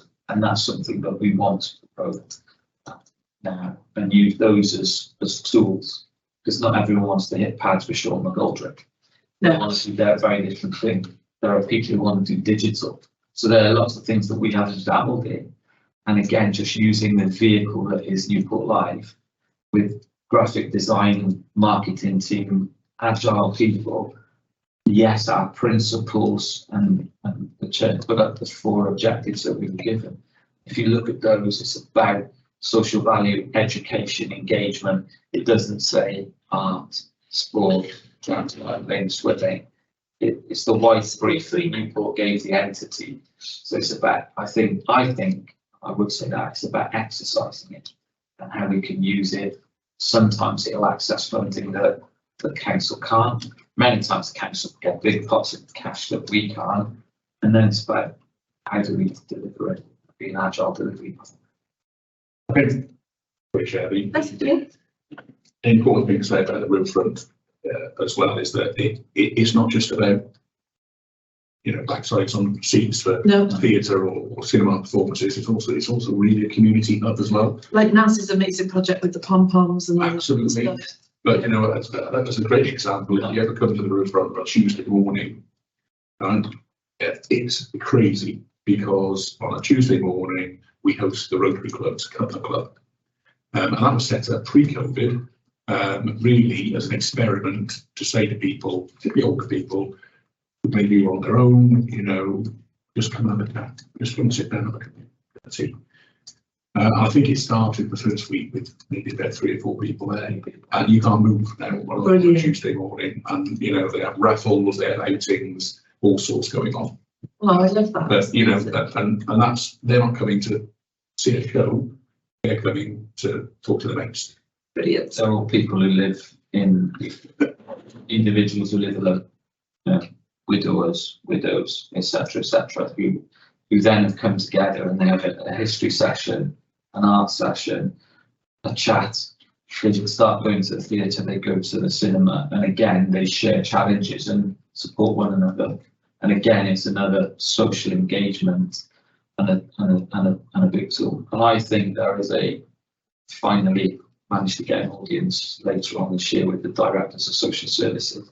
They start use these services as preventions and early interventions. We know the value around physical activity, physical literacy for young people, that we want to be in there. And it's easy to fall off the wagon, fall off the bike, whatever we want to call it, and stop being active mentally, physically, for whatever reasons in life. But we need to find hooks to engage people at all walks and make it inclusive and engaging. And our facilities, yes, 1 minute will host the Olympic team, and we'll use that profile. But 99.9% of the use is normal local people, not Sir Chris Hoy or Sir Bradley Wiggins or Victoria Pendleton or whatever those names are coming into that asset facility. It is local people, but simultaneously you have a massive impact on professional sport and community sport. Because local authorities are the owners of principally all leisure facilities in Wales, and that's so important. We won't get people saying that, but the local authorities are the biggest stakeholders in the delivery of sport, physical activity and culture, because you own and manage you own those assets. If you don't manage them and you partner and we deliver them, it's still local authority assets. Brilliant, thank you. I might have one question, then we'll move on, and that is, I notice on page 16, which is page 48 of the public reports pack, on the budget, this year you advertising is forecast to be about 105 grand, last year it was 134. Do you think that will impact on figures coming in, or do you think there was something extraordinary last year? Or am I reading it wrong, and that's fine too?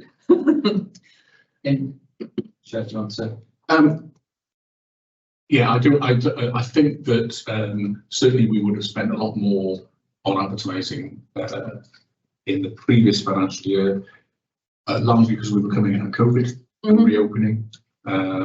First Panto, for instance, which is a huge revenue driver for us, as it is for all theatres.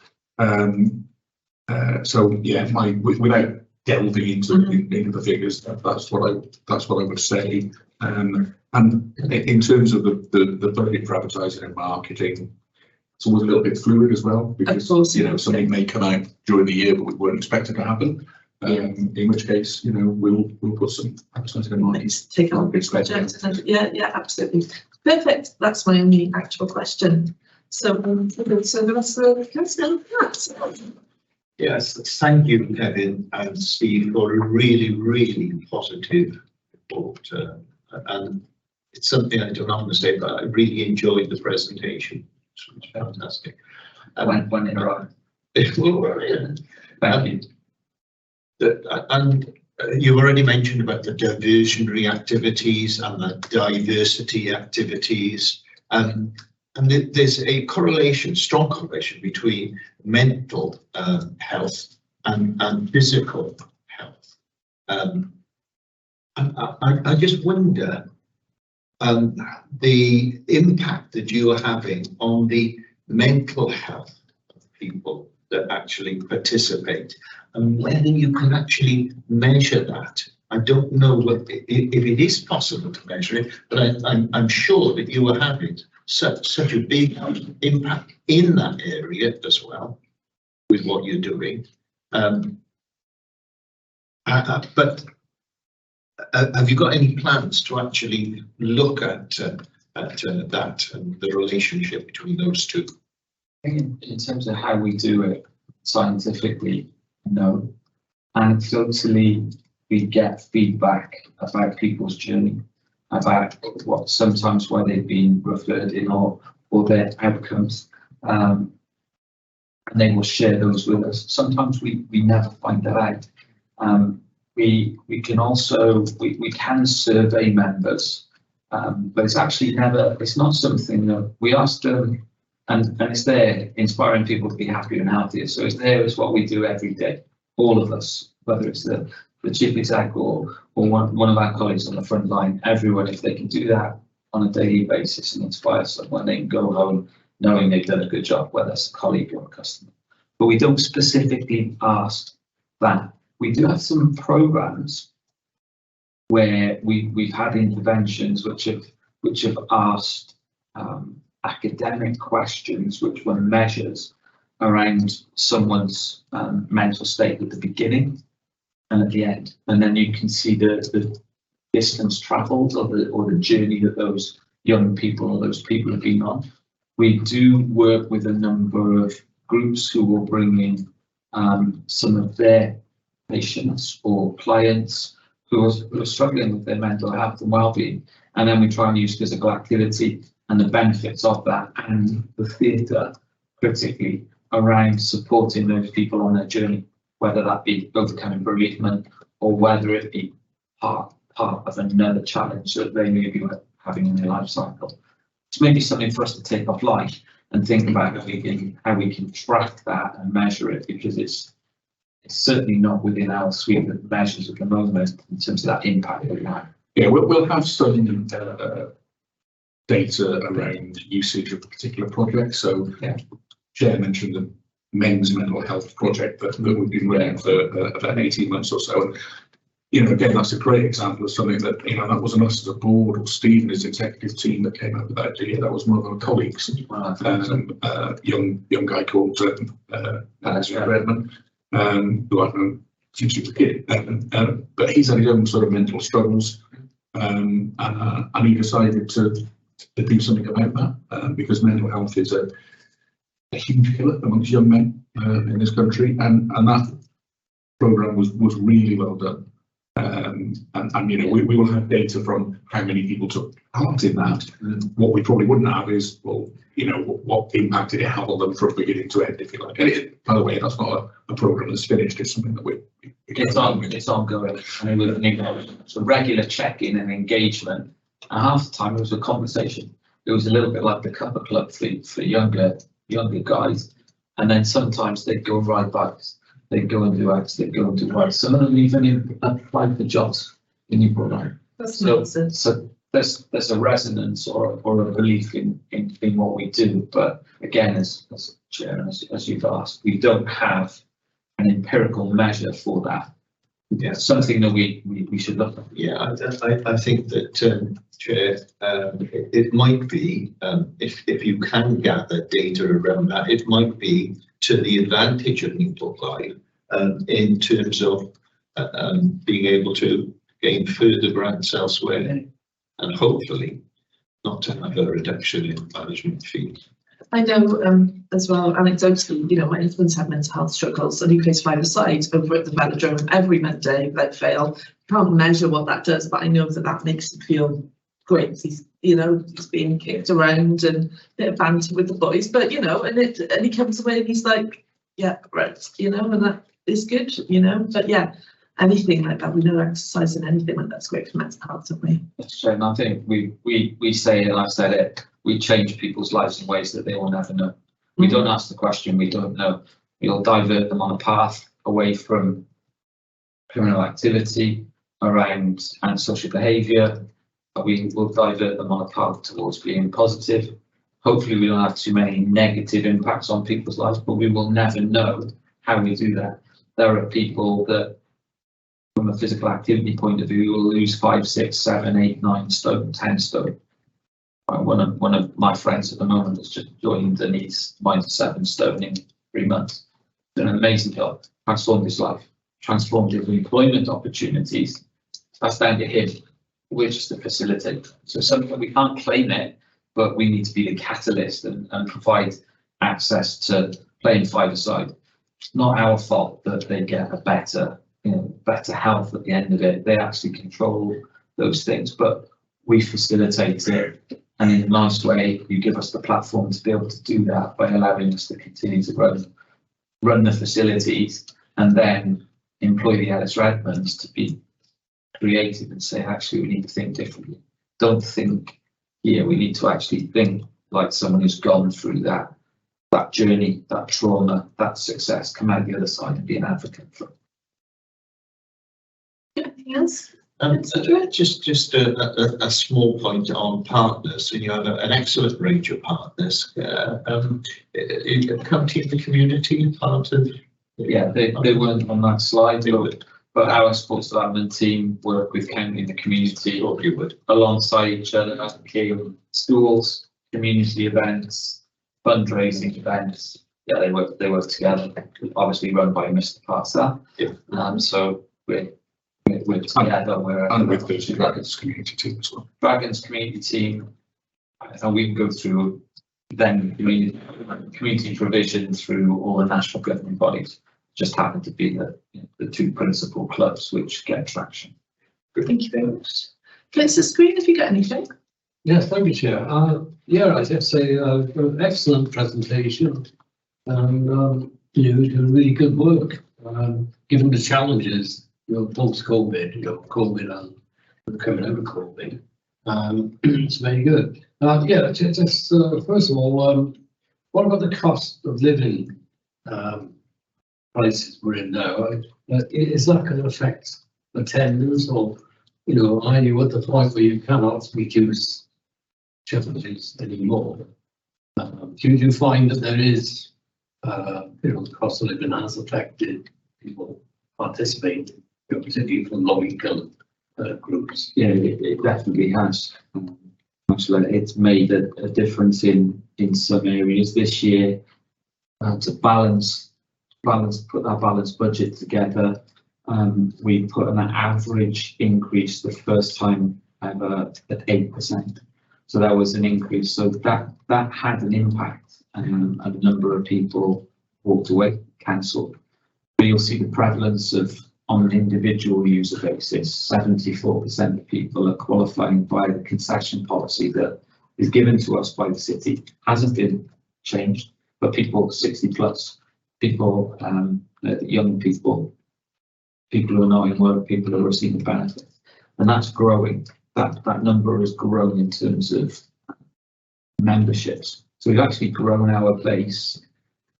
We went through it. We weren't sure what was going to happen post Newport Centre. We knew we couldn't retain badminton and gymnastics and volleyball, and that we had to move those elsewhere or lose them. But on an individual member basis, we've actually grown our platform, including station, by around 250. So yes, the cost of living is there, but I think with concession-based pricing and value for money, I think we're able to hold our own. There are certain products that really, really have started to struggle, but our portfolio it's got quite a balance to it. You do have some expensive activities such as track cycling, because there's a small number of people on that track at any one time. So there's less impact there. It's more expensive, so that profile of client using it is less impacted, but we make sure that it's accessible to everybody in terms of subsidy. So it's a challenge for us at this moment in time, where the biggest challenge we've got, I would almost say, is we've been incredibly fortunate through the contract we got with the city, where there was protection for us around energy. So the council had the benefit for a number of years of the reduction, and then the tariffs gone up, and we've been sheltered. So that's been huge. So we've been able to balance what we've done without this huge spike in energy. You've also seen the work that was done on the decarbonisation, reduction in energy, which also is helping on the other side for the council to maintain that level of support, I'm assuming, to us. So if you like, income-wise, with Flatline, biggest problem we've got is getting swimming instructors at this moment in time, and the spaces around our demand we've got for the swimming pools in the city and learn swim programs. It's well into the 1600 of latent demand there, and we're struggling. We've got to look at how to retain swimming teachers better, but that's an industry challenge that we've all got. Yeah, just a separate follow-up question. It's really, do you keep a record, or are you able to keep a record of participation by particular groups? Like we talked about sort of gender, age, ethnicity. Are there some groups that perhaps or really need to be approached? They're not making use of these facilities for whatever reason. Do you have a plan for that? Or? Yes. So to answer your question, if it's an individual user, customer wanting to use the facilities, we will ask for that information around. We'll ask for age, we'll ask for gender, we will ask for ethnicity. Don't need to supply it, but we will ask for that, and then we can analyse that through the leisure side.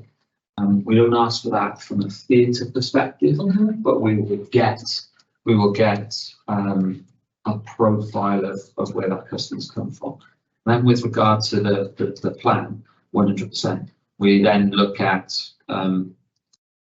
on a community basis as well, and work with teams in the authority to identify particular communities where they're not represented, they're not accessing the services, or that proactively we may have too many.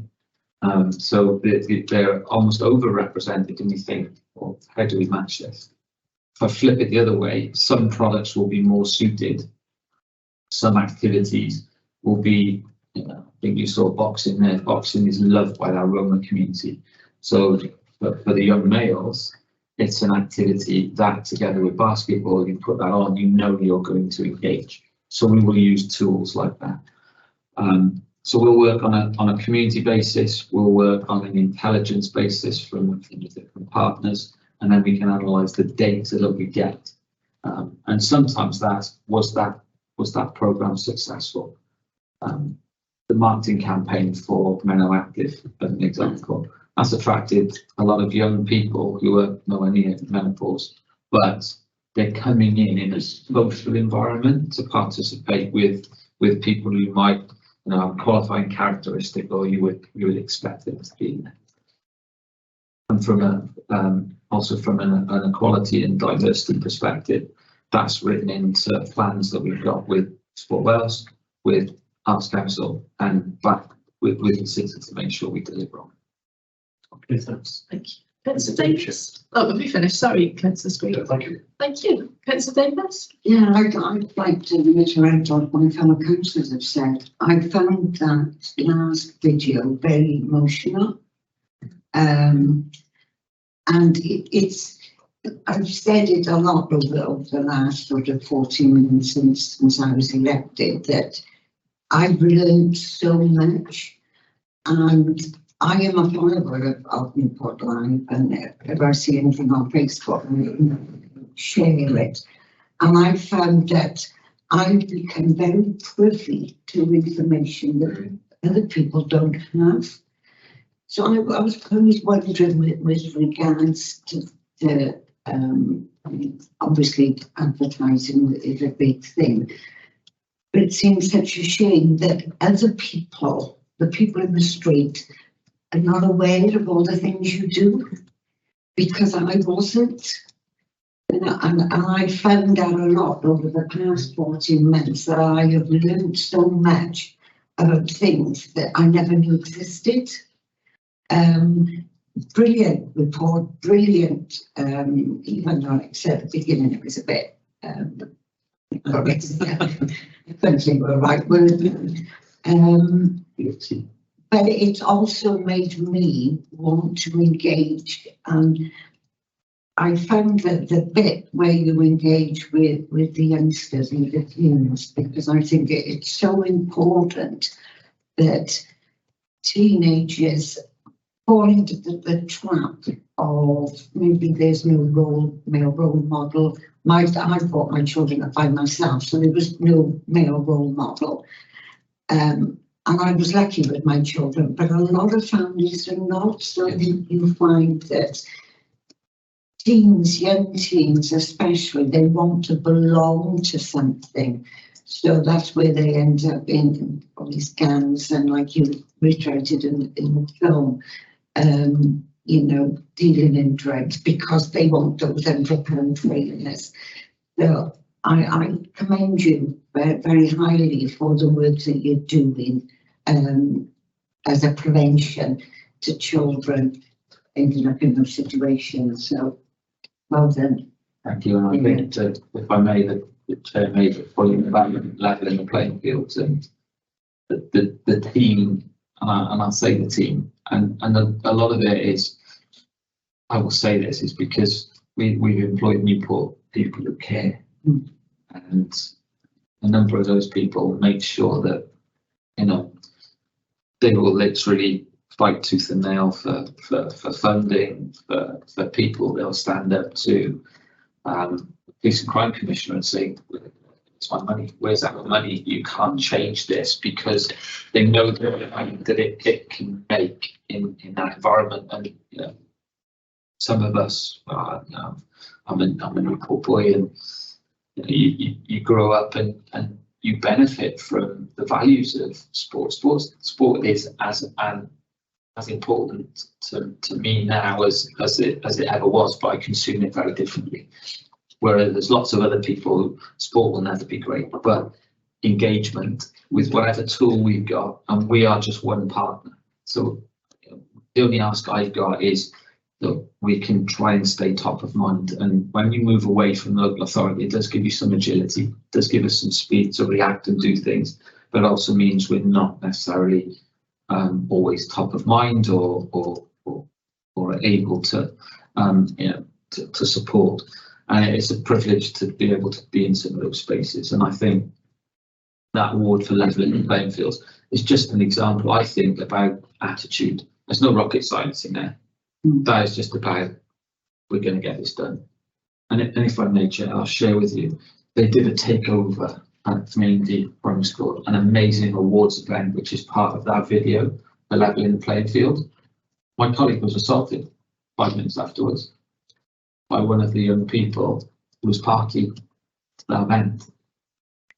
And my colleague was shocked, and there were various discussions, and there was restraint, and there was all sorts of things. She understood what had gone on with that young person. She was uninjured, but she was assaulted. It didn't stop her. She came back stronger. And so she recognises not everything is a win. So we haven't come here tonight to ask, oh, everything is amazing. There's a lot of things that don't work. There's a lot of things that don't have that impact. And that is an example. Our Positive Futures programme, we employed someone who went through the restorative justice process and had assaulted one of our colleagues when they came in, and we turned them around to then be volunteering and start to become an employee. So one of the other things that, you know, I'm keen to ensure that we do, and we talked about it as a management team today, is get our employment pathway right. So, you know, we are making sure that young people in the city genuinely see it as a career pathway, as an opportunity, as a vocation. Even if you don't like sport, well, actually, I could make a difference using that, or theatre, music. So, yeah, it's one for us to do whilst making sure that we drive up participation, we hit the bottom line, we work commercially, and I genuinely think one of the biggest areas now for us is around where the NHS is going to have to move, is opening up and saying, you know, we can be that preventative service, the wellness service, to start supporting people with NHS practitioners on the front line together with us. We can then make a bigger difference in that context. Whether that will bring some statutory funding into the sector, which can then support local authority and trust partners in delivering that more cost effectively, because we'll demonstrate savings in other locations, such as off prescriptions, if less prescriptions are being written for people who are you know, pre-diabetic, type 2 diabetic, and you can overcome that. But also I'm going to take a mission this year and explore where we can do loads more work in social care setting and try and avoid people going into that route by keeping them in a better state of well-being where care isn't required, and you know, they can maintain their independence. I've seen it. I live there every day with an 82-year-old parent who is, I don't have to worry, because physical activity 5 days a week, and the difference is for me is phenomenal. So I think it all has a knock-on effect as well. I mean, it's been proved that exercise and interaction improves mental health. And with you engaging with the achievement with boxing, it gets out the impression that they might not be able to get it any other way. I think just a couple of little points to make about Positive Futures, which is what you're talking about. That's video. Positive Futures as a project's been around for a long time. Pre-Newport Live, it was a council project, and since then it's funded now by the Police and Crime Commissioner, and delivered by a number of partners. But we are, I guess, the primary partner in that. And what's important about it is it takes kids who are going down the wrong path, and it takes kids who might end up just getting swallowed up by the criminal justice system. And it doesn't, you know, not all of those kids get diverted. But my view is if we get one of them back on the right path, because there aren't any bad kids. There are kids who have bad starts in life, and there are kids who get in with the wrong crowds. There are kids who make wrong choices. And sport's really important, but it's not just about how we deal with the kids who kind of be referred to the scheme or whatever. It's also about the volunteering opportunities it offers to others. And I've got personal experience with that, because my eldest son, when he was 15, 16, he's nearly 30 now, was a volunteer for Positive Futures as a coach. And that experience over about an 18-month period is what kind of settled in his mind that he wanted to be a teacher. And, you know, he's been a primary school teacher now for 7 or 8 years. He wasn't involved in that because he was going down a wrong path. He was doing it because he thought he could help. And there's a myriad of examples of that through not only that programme, but you know, various others as well. Yeah, I guess. Sorry, Steve. I just come in here and I just want to support what you said and agree with it, and Steve and Kevin.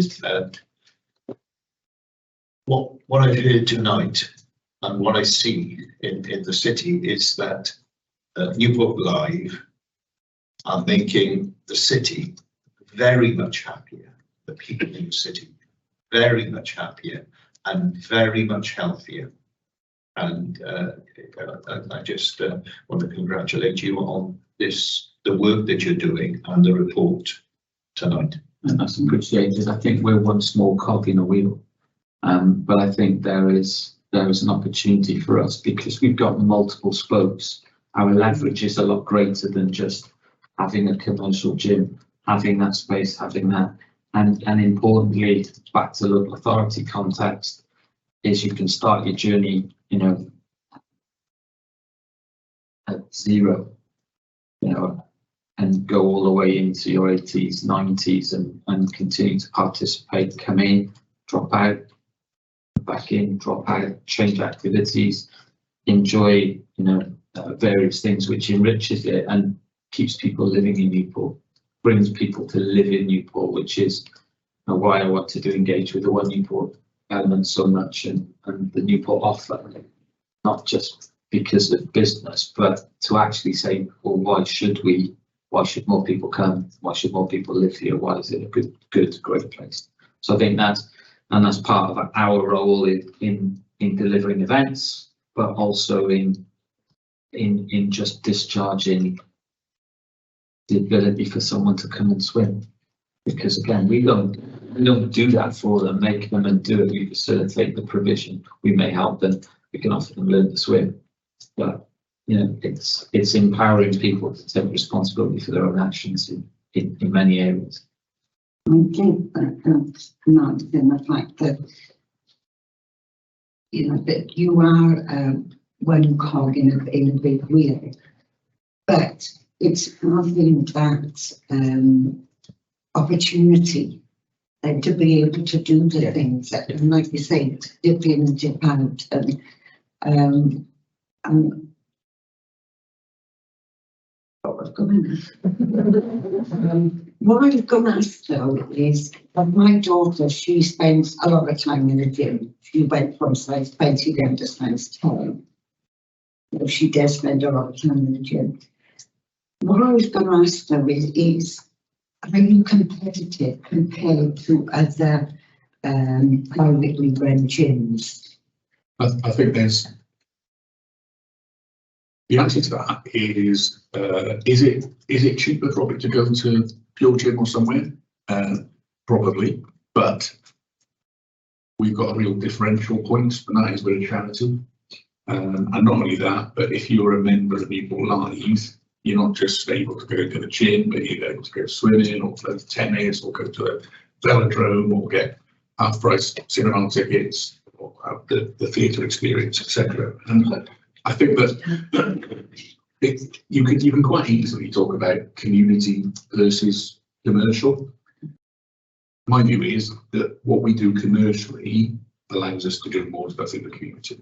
And you know, I've got no shame at all.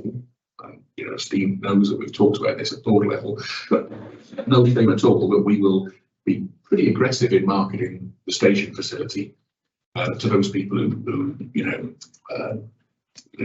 are able-bodied and fit and healthy and whatever the real gym goes, because that facility is better than anything else in the city centre now. So we will market very aggressively to the people that can pay, because we build that revenue and bring in more revenue, and that allows us to do more of the community stuff. Yeah, are we competitive? Yes, we are, but we've also got that differential point. I think that's the most important bit. My daughter, she's got my 4 granddaughters now, also going to the gym. She takes one a day, and it's something that I don't talk, but it's something that I will be having the question with her in relation to the gym she goes to and going to Newport Line. That is something that that I feel quite strongly about now, that the people out there need to know about all this that's going on. I think where we're very good as well is a lot of the private sector want you to be a member. They don't want you to come in many ways, because then, you know, when it costs them money when you come, and they want what you call sleepers. Yes, they do want people to come, but they don't want everybody to come. So they'll want their membership, you know, greater, because they've got shareholders and it's revenue and it's payback. Whereas actually what we want are outcomes. So our outcomes are participation, but I want to see that person improve their health and their well-being and go out of there smiling and, you know, enjoy themselves. And that's I guess the difference.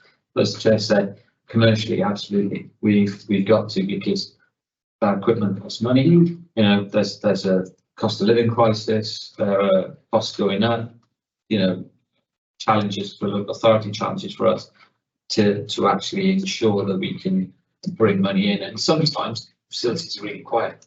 So you think, right, how can we monetize that, and how can we use it? But if we work smarter, we can deliver many of those partnerships, co-locate, use the venues as hubs, and actually, if you're open for 112 hours a week, what else can you co-locate? We've had examples of doing that whilst other council services have been closed, where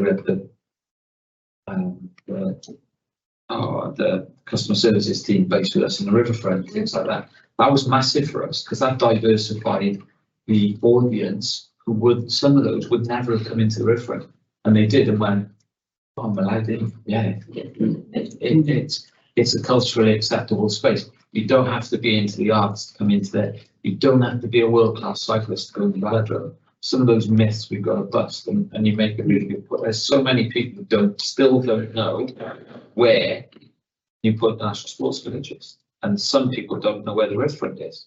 You say, well, you must know our bus station, or you give them I know where that is, but I didn't know what that was inside the space.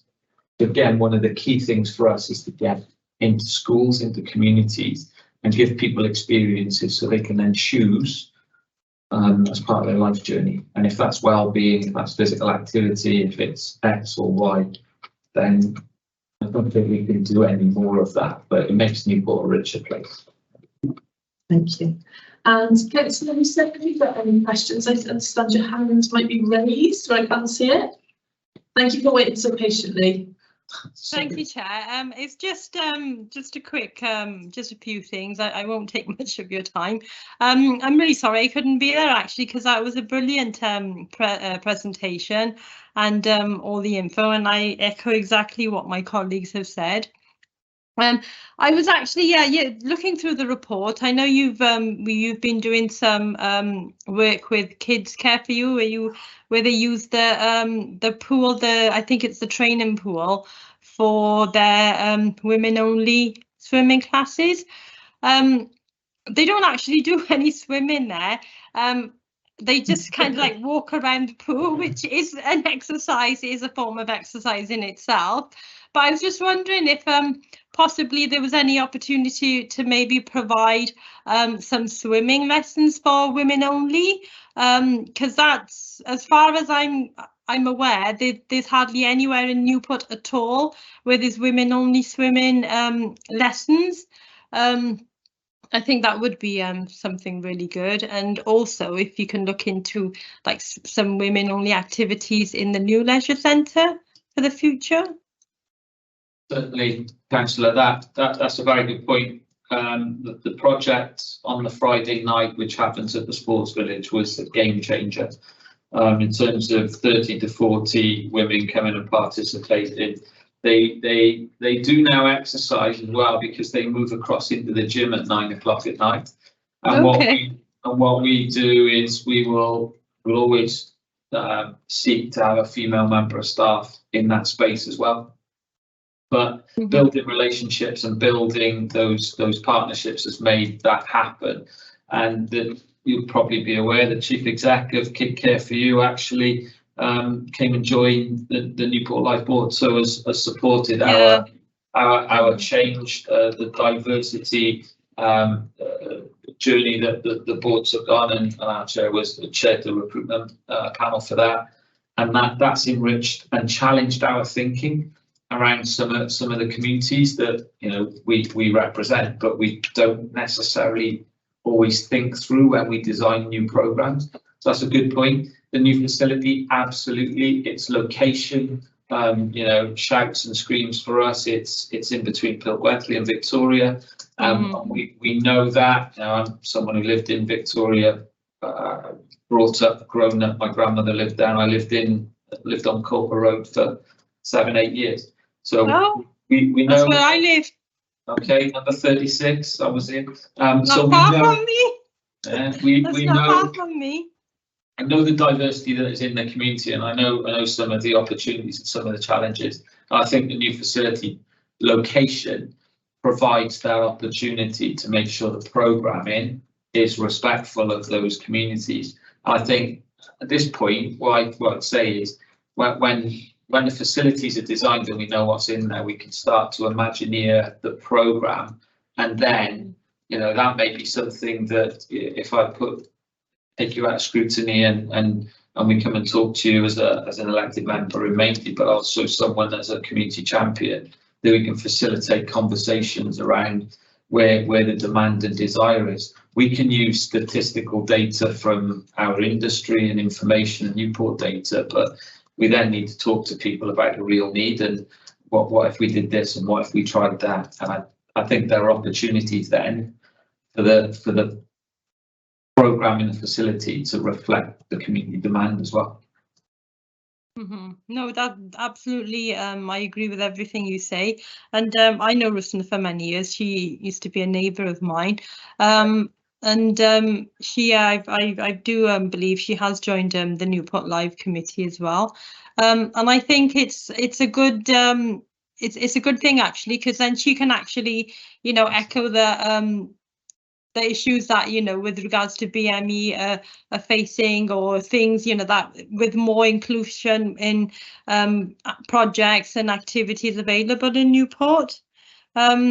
Just one other little thing, on your, I don't know, maybe your list of partnerships is not updated.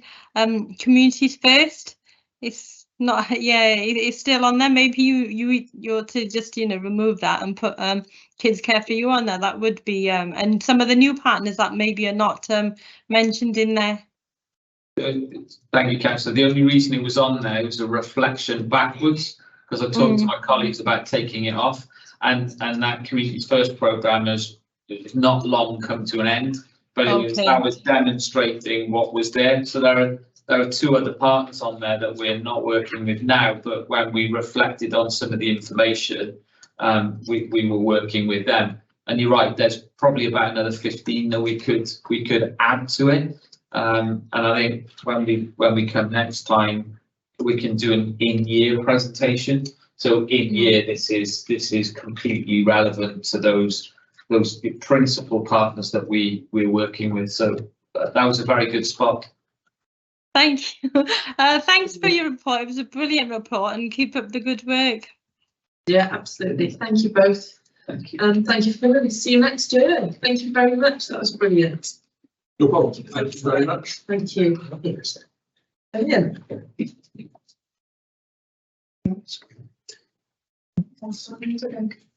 Next year, we just have a song.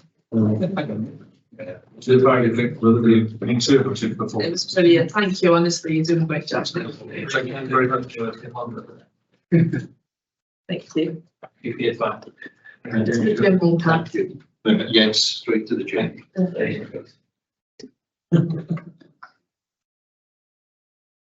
Yeah. Sorry. Okay, we can carry on. So, we then need to look at just quickly the conclusions of the committee reports. Neil, do you want to get to this bit?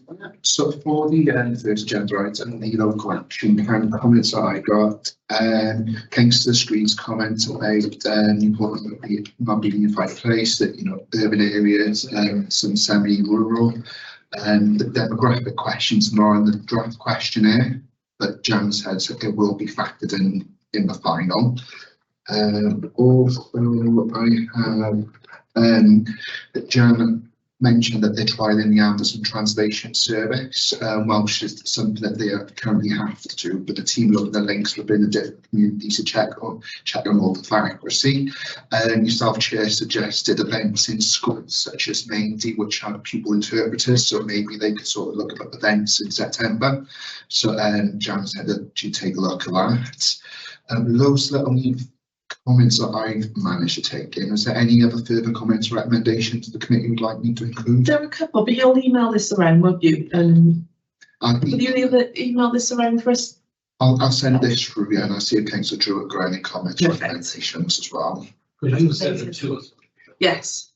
I'll send them to you first of all. You've done a great job, Neil, I must say, typing away for the last 2 hours and 40 minutes. Thank you.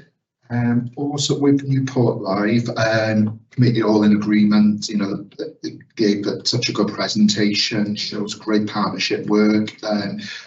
It commend highly as a preventive service for children as well. Be interested to see information from yesterday's tourism report, how much of the figures are tourist and how much is local. Steve said he can segment the data and information and send it to us, so we'll request that. There was a comment made by Councillor Druid about the impact they're having on mental health, that participate, what, you know, how it can be measured. Steve mentioned they don't currently have a measure, but it's something maybe they can look at. Councillor Druid said it might be advantageous for them to do so, you know, in terms of getting further grants elsewhere. Was there any other further comments or recommendations at this time the committee can think of? Not that you think of, but you'll send them out, so if anything comes back to us all after we've had a dinner. Yeah. I'll send them over to Steve and stuff within about 3 days. So I'll send this out tomorrow to members, and if you can get back to me within a couple of days, I can send them on. Next thing on our agenda is just the draft annual forward work programme for the committee. Yep. It said we've spoken with heads of service and officers over the last couple of months just to check over also what's come over the last couple of years. We've included everything that they recommended and also statutory reports which come through to us every year, such as the SRS service report. So just to advise, the next meeting will be Wednesday the 4th of October. We'll be discussing the SRS update and the One Newport Wellbeing Plan final report. So this is the last time it's be coming to us because it's ending. Then in November the 6th, Norths are coming back for their annual report, and Jan will be back with Rhys Cornwall about the community safety plan. 6th of December, we've got Violence Against Women. Again, it's a yearly report, and the EAS Value for Money report, which again is 6th of December's on there. But oh, sorry, it's the 8th of November, that's fine. first one. Sorry, cool, that's okay. The fonts are so small on it. Okay. February the 7th, we've got the Area Planning Board Substance Misuse. This is the first time this has actually come to committee, so if the committee feels that this should be a yearly report, obviously after we do the meeting you're more than welcome to recommend that. Yep. Then Wednesday the 8th of March is the Safe for Newport update. Came last year for the first time. This is the second report, and on Wednesday 24th of April we've got Newport Waste Savers and the adoption and fostering services. Again, this is the committee small work programme. You're free to add or remove any item you feel fit. So, like Chair mentioned earlier on, there's a couple of meetings where there's only one item agenda, so maybe the committee over the next couple of months might have ideas of anything you want to bring forward. Sure. I think at the moment, if everyone's happy, we'll leave it as is, and then anything comes to mind, we can add them. Yep. And lastly, just the action plans. All actions are up to date, apart from the Community Safety Partnership. Community requested an informal meeting can be arranged with the Newport Intelligent Hub Manager to set up a presentation to explain the heat maps. This is ongoing. The request has been sent over to the manager, so we're just working out time for the presentation. Perfect. And that's everything on my end, Chair. Wonderful. And that concludes the meeting, unless anyone has got any other business. No. I Not did from try to me. stamp on the dates then, but he lost me. Oh, it's fine, Neil said. It's fine. Thank you, everyone. I know it's been a long one, but I think it's been a really good meeting. Thank you for seeing It was really good. It was Yeah, that really was- good. It was really Yeah, good, yeah. thank you, Neil. Oh, congratulations on your first chairing of the meeting. Thank you, Tina. That's very kind of you. Thank you.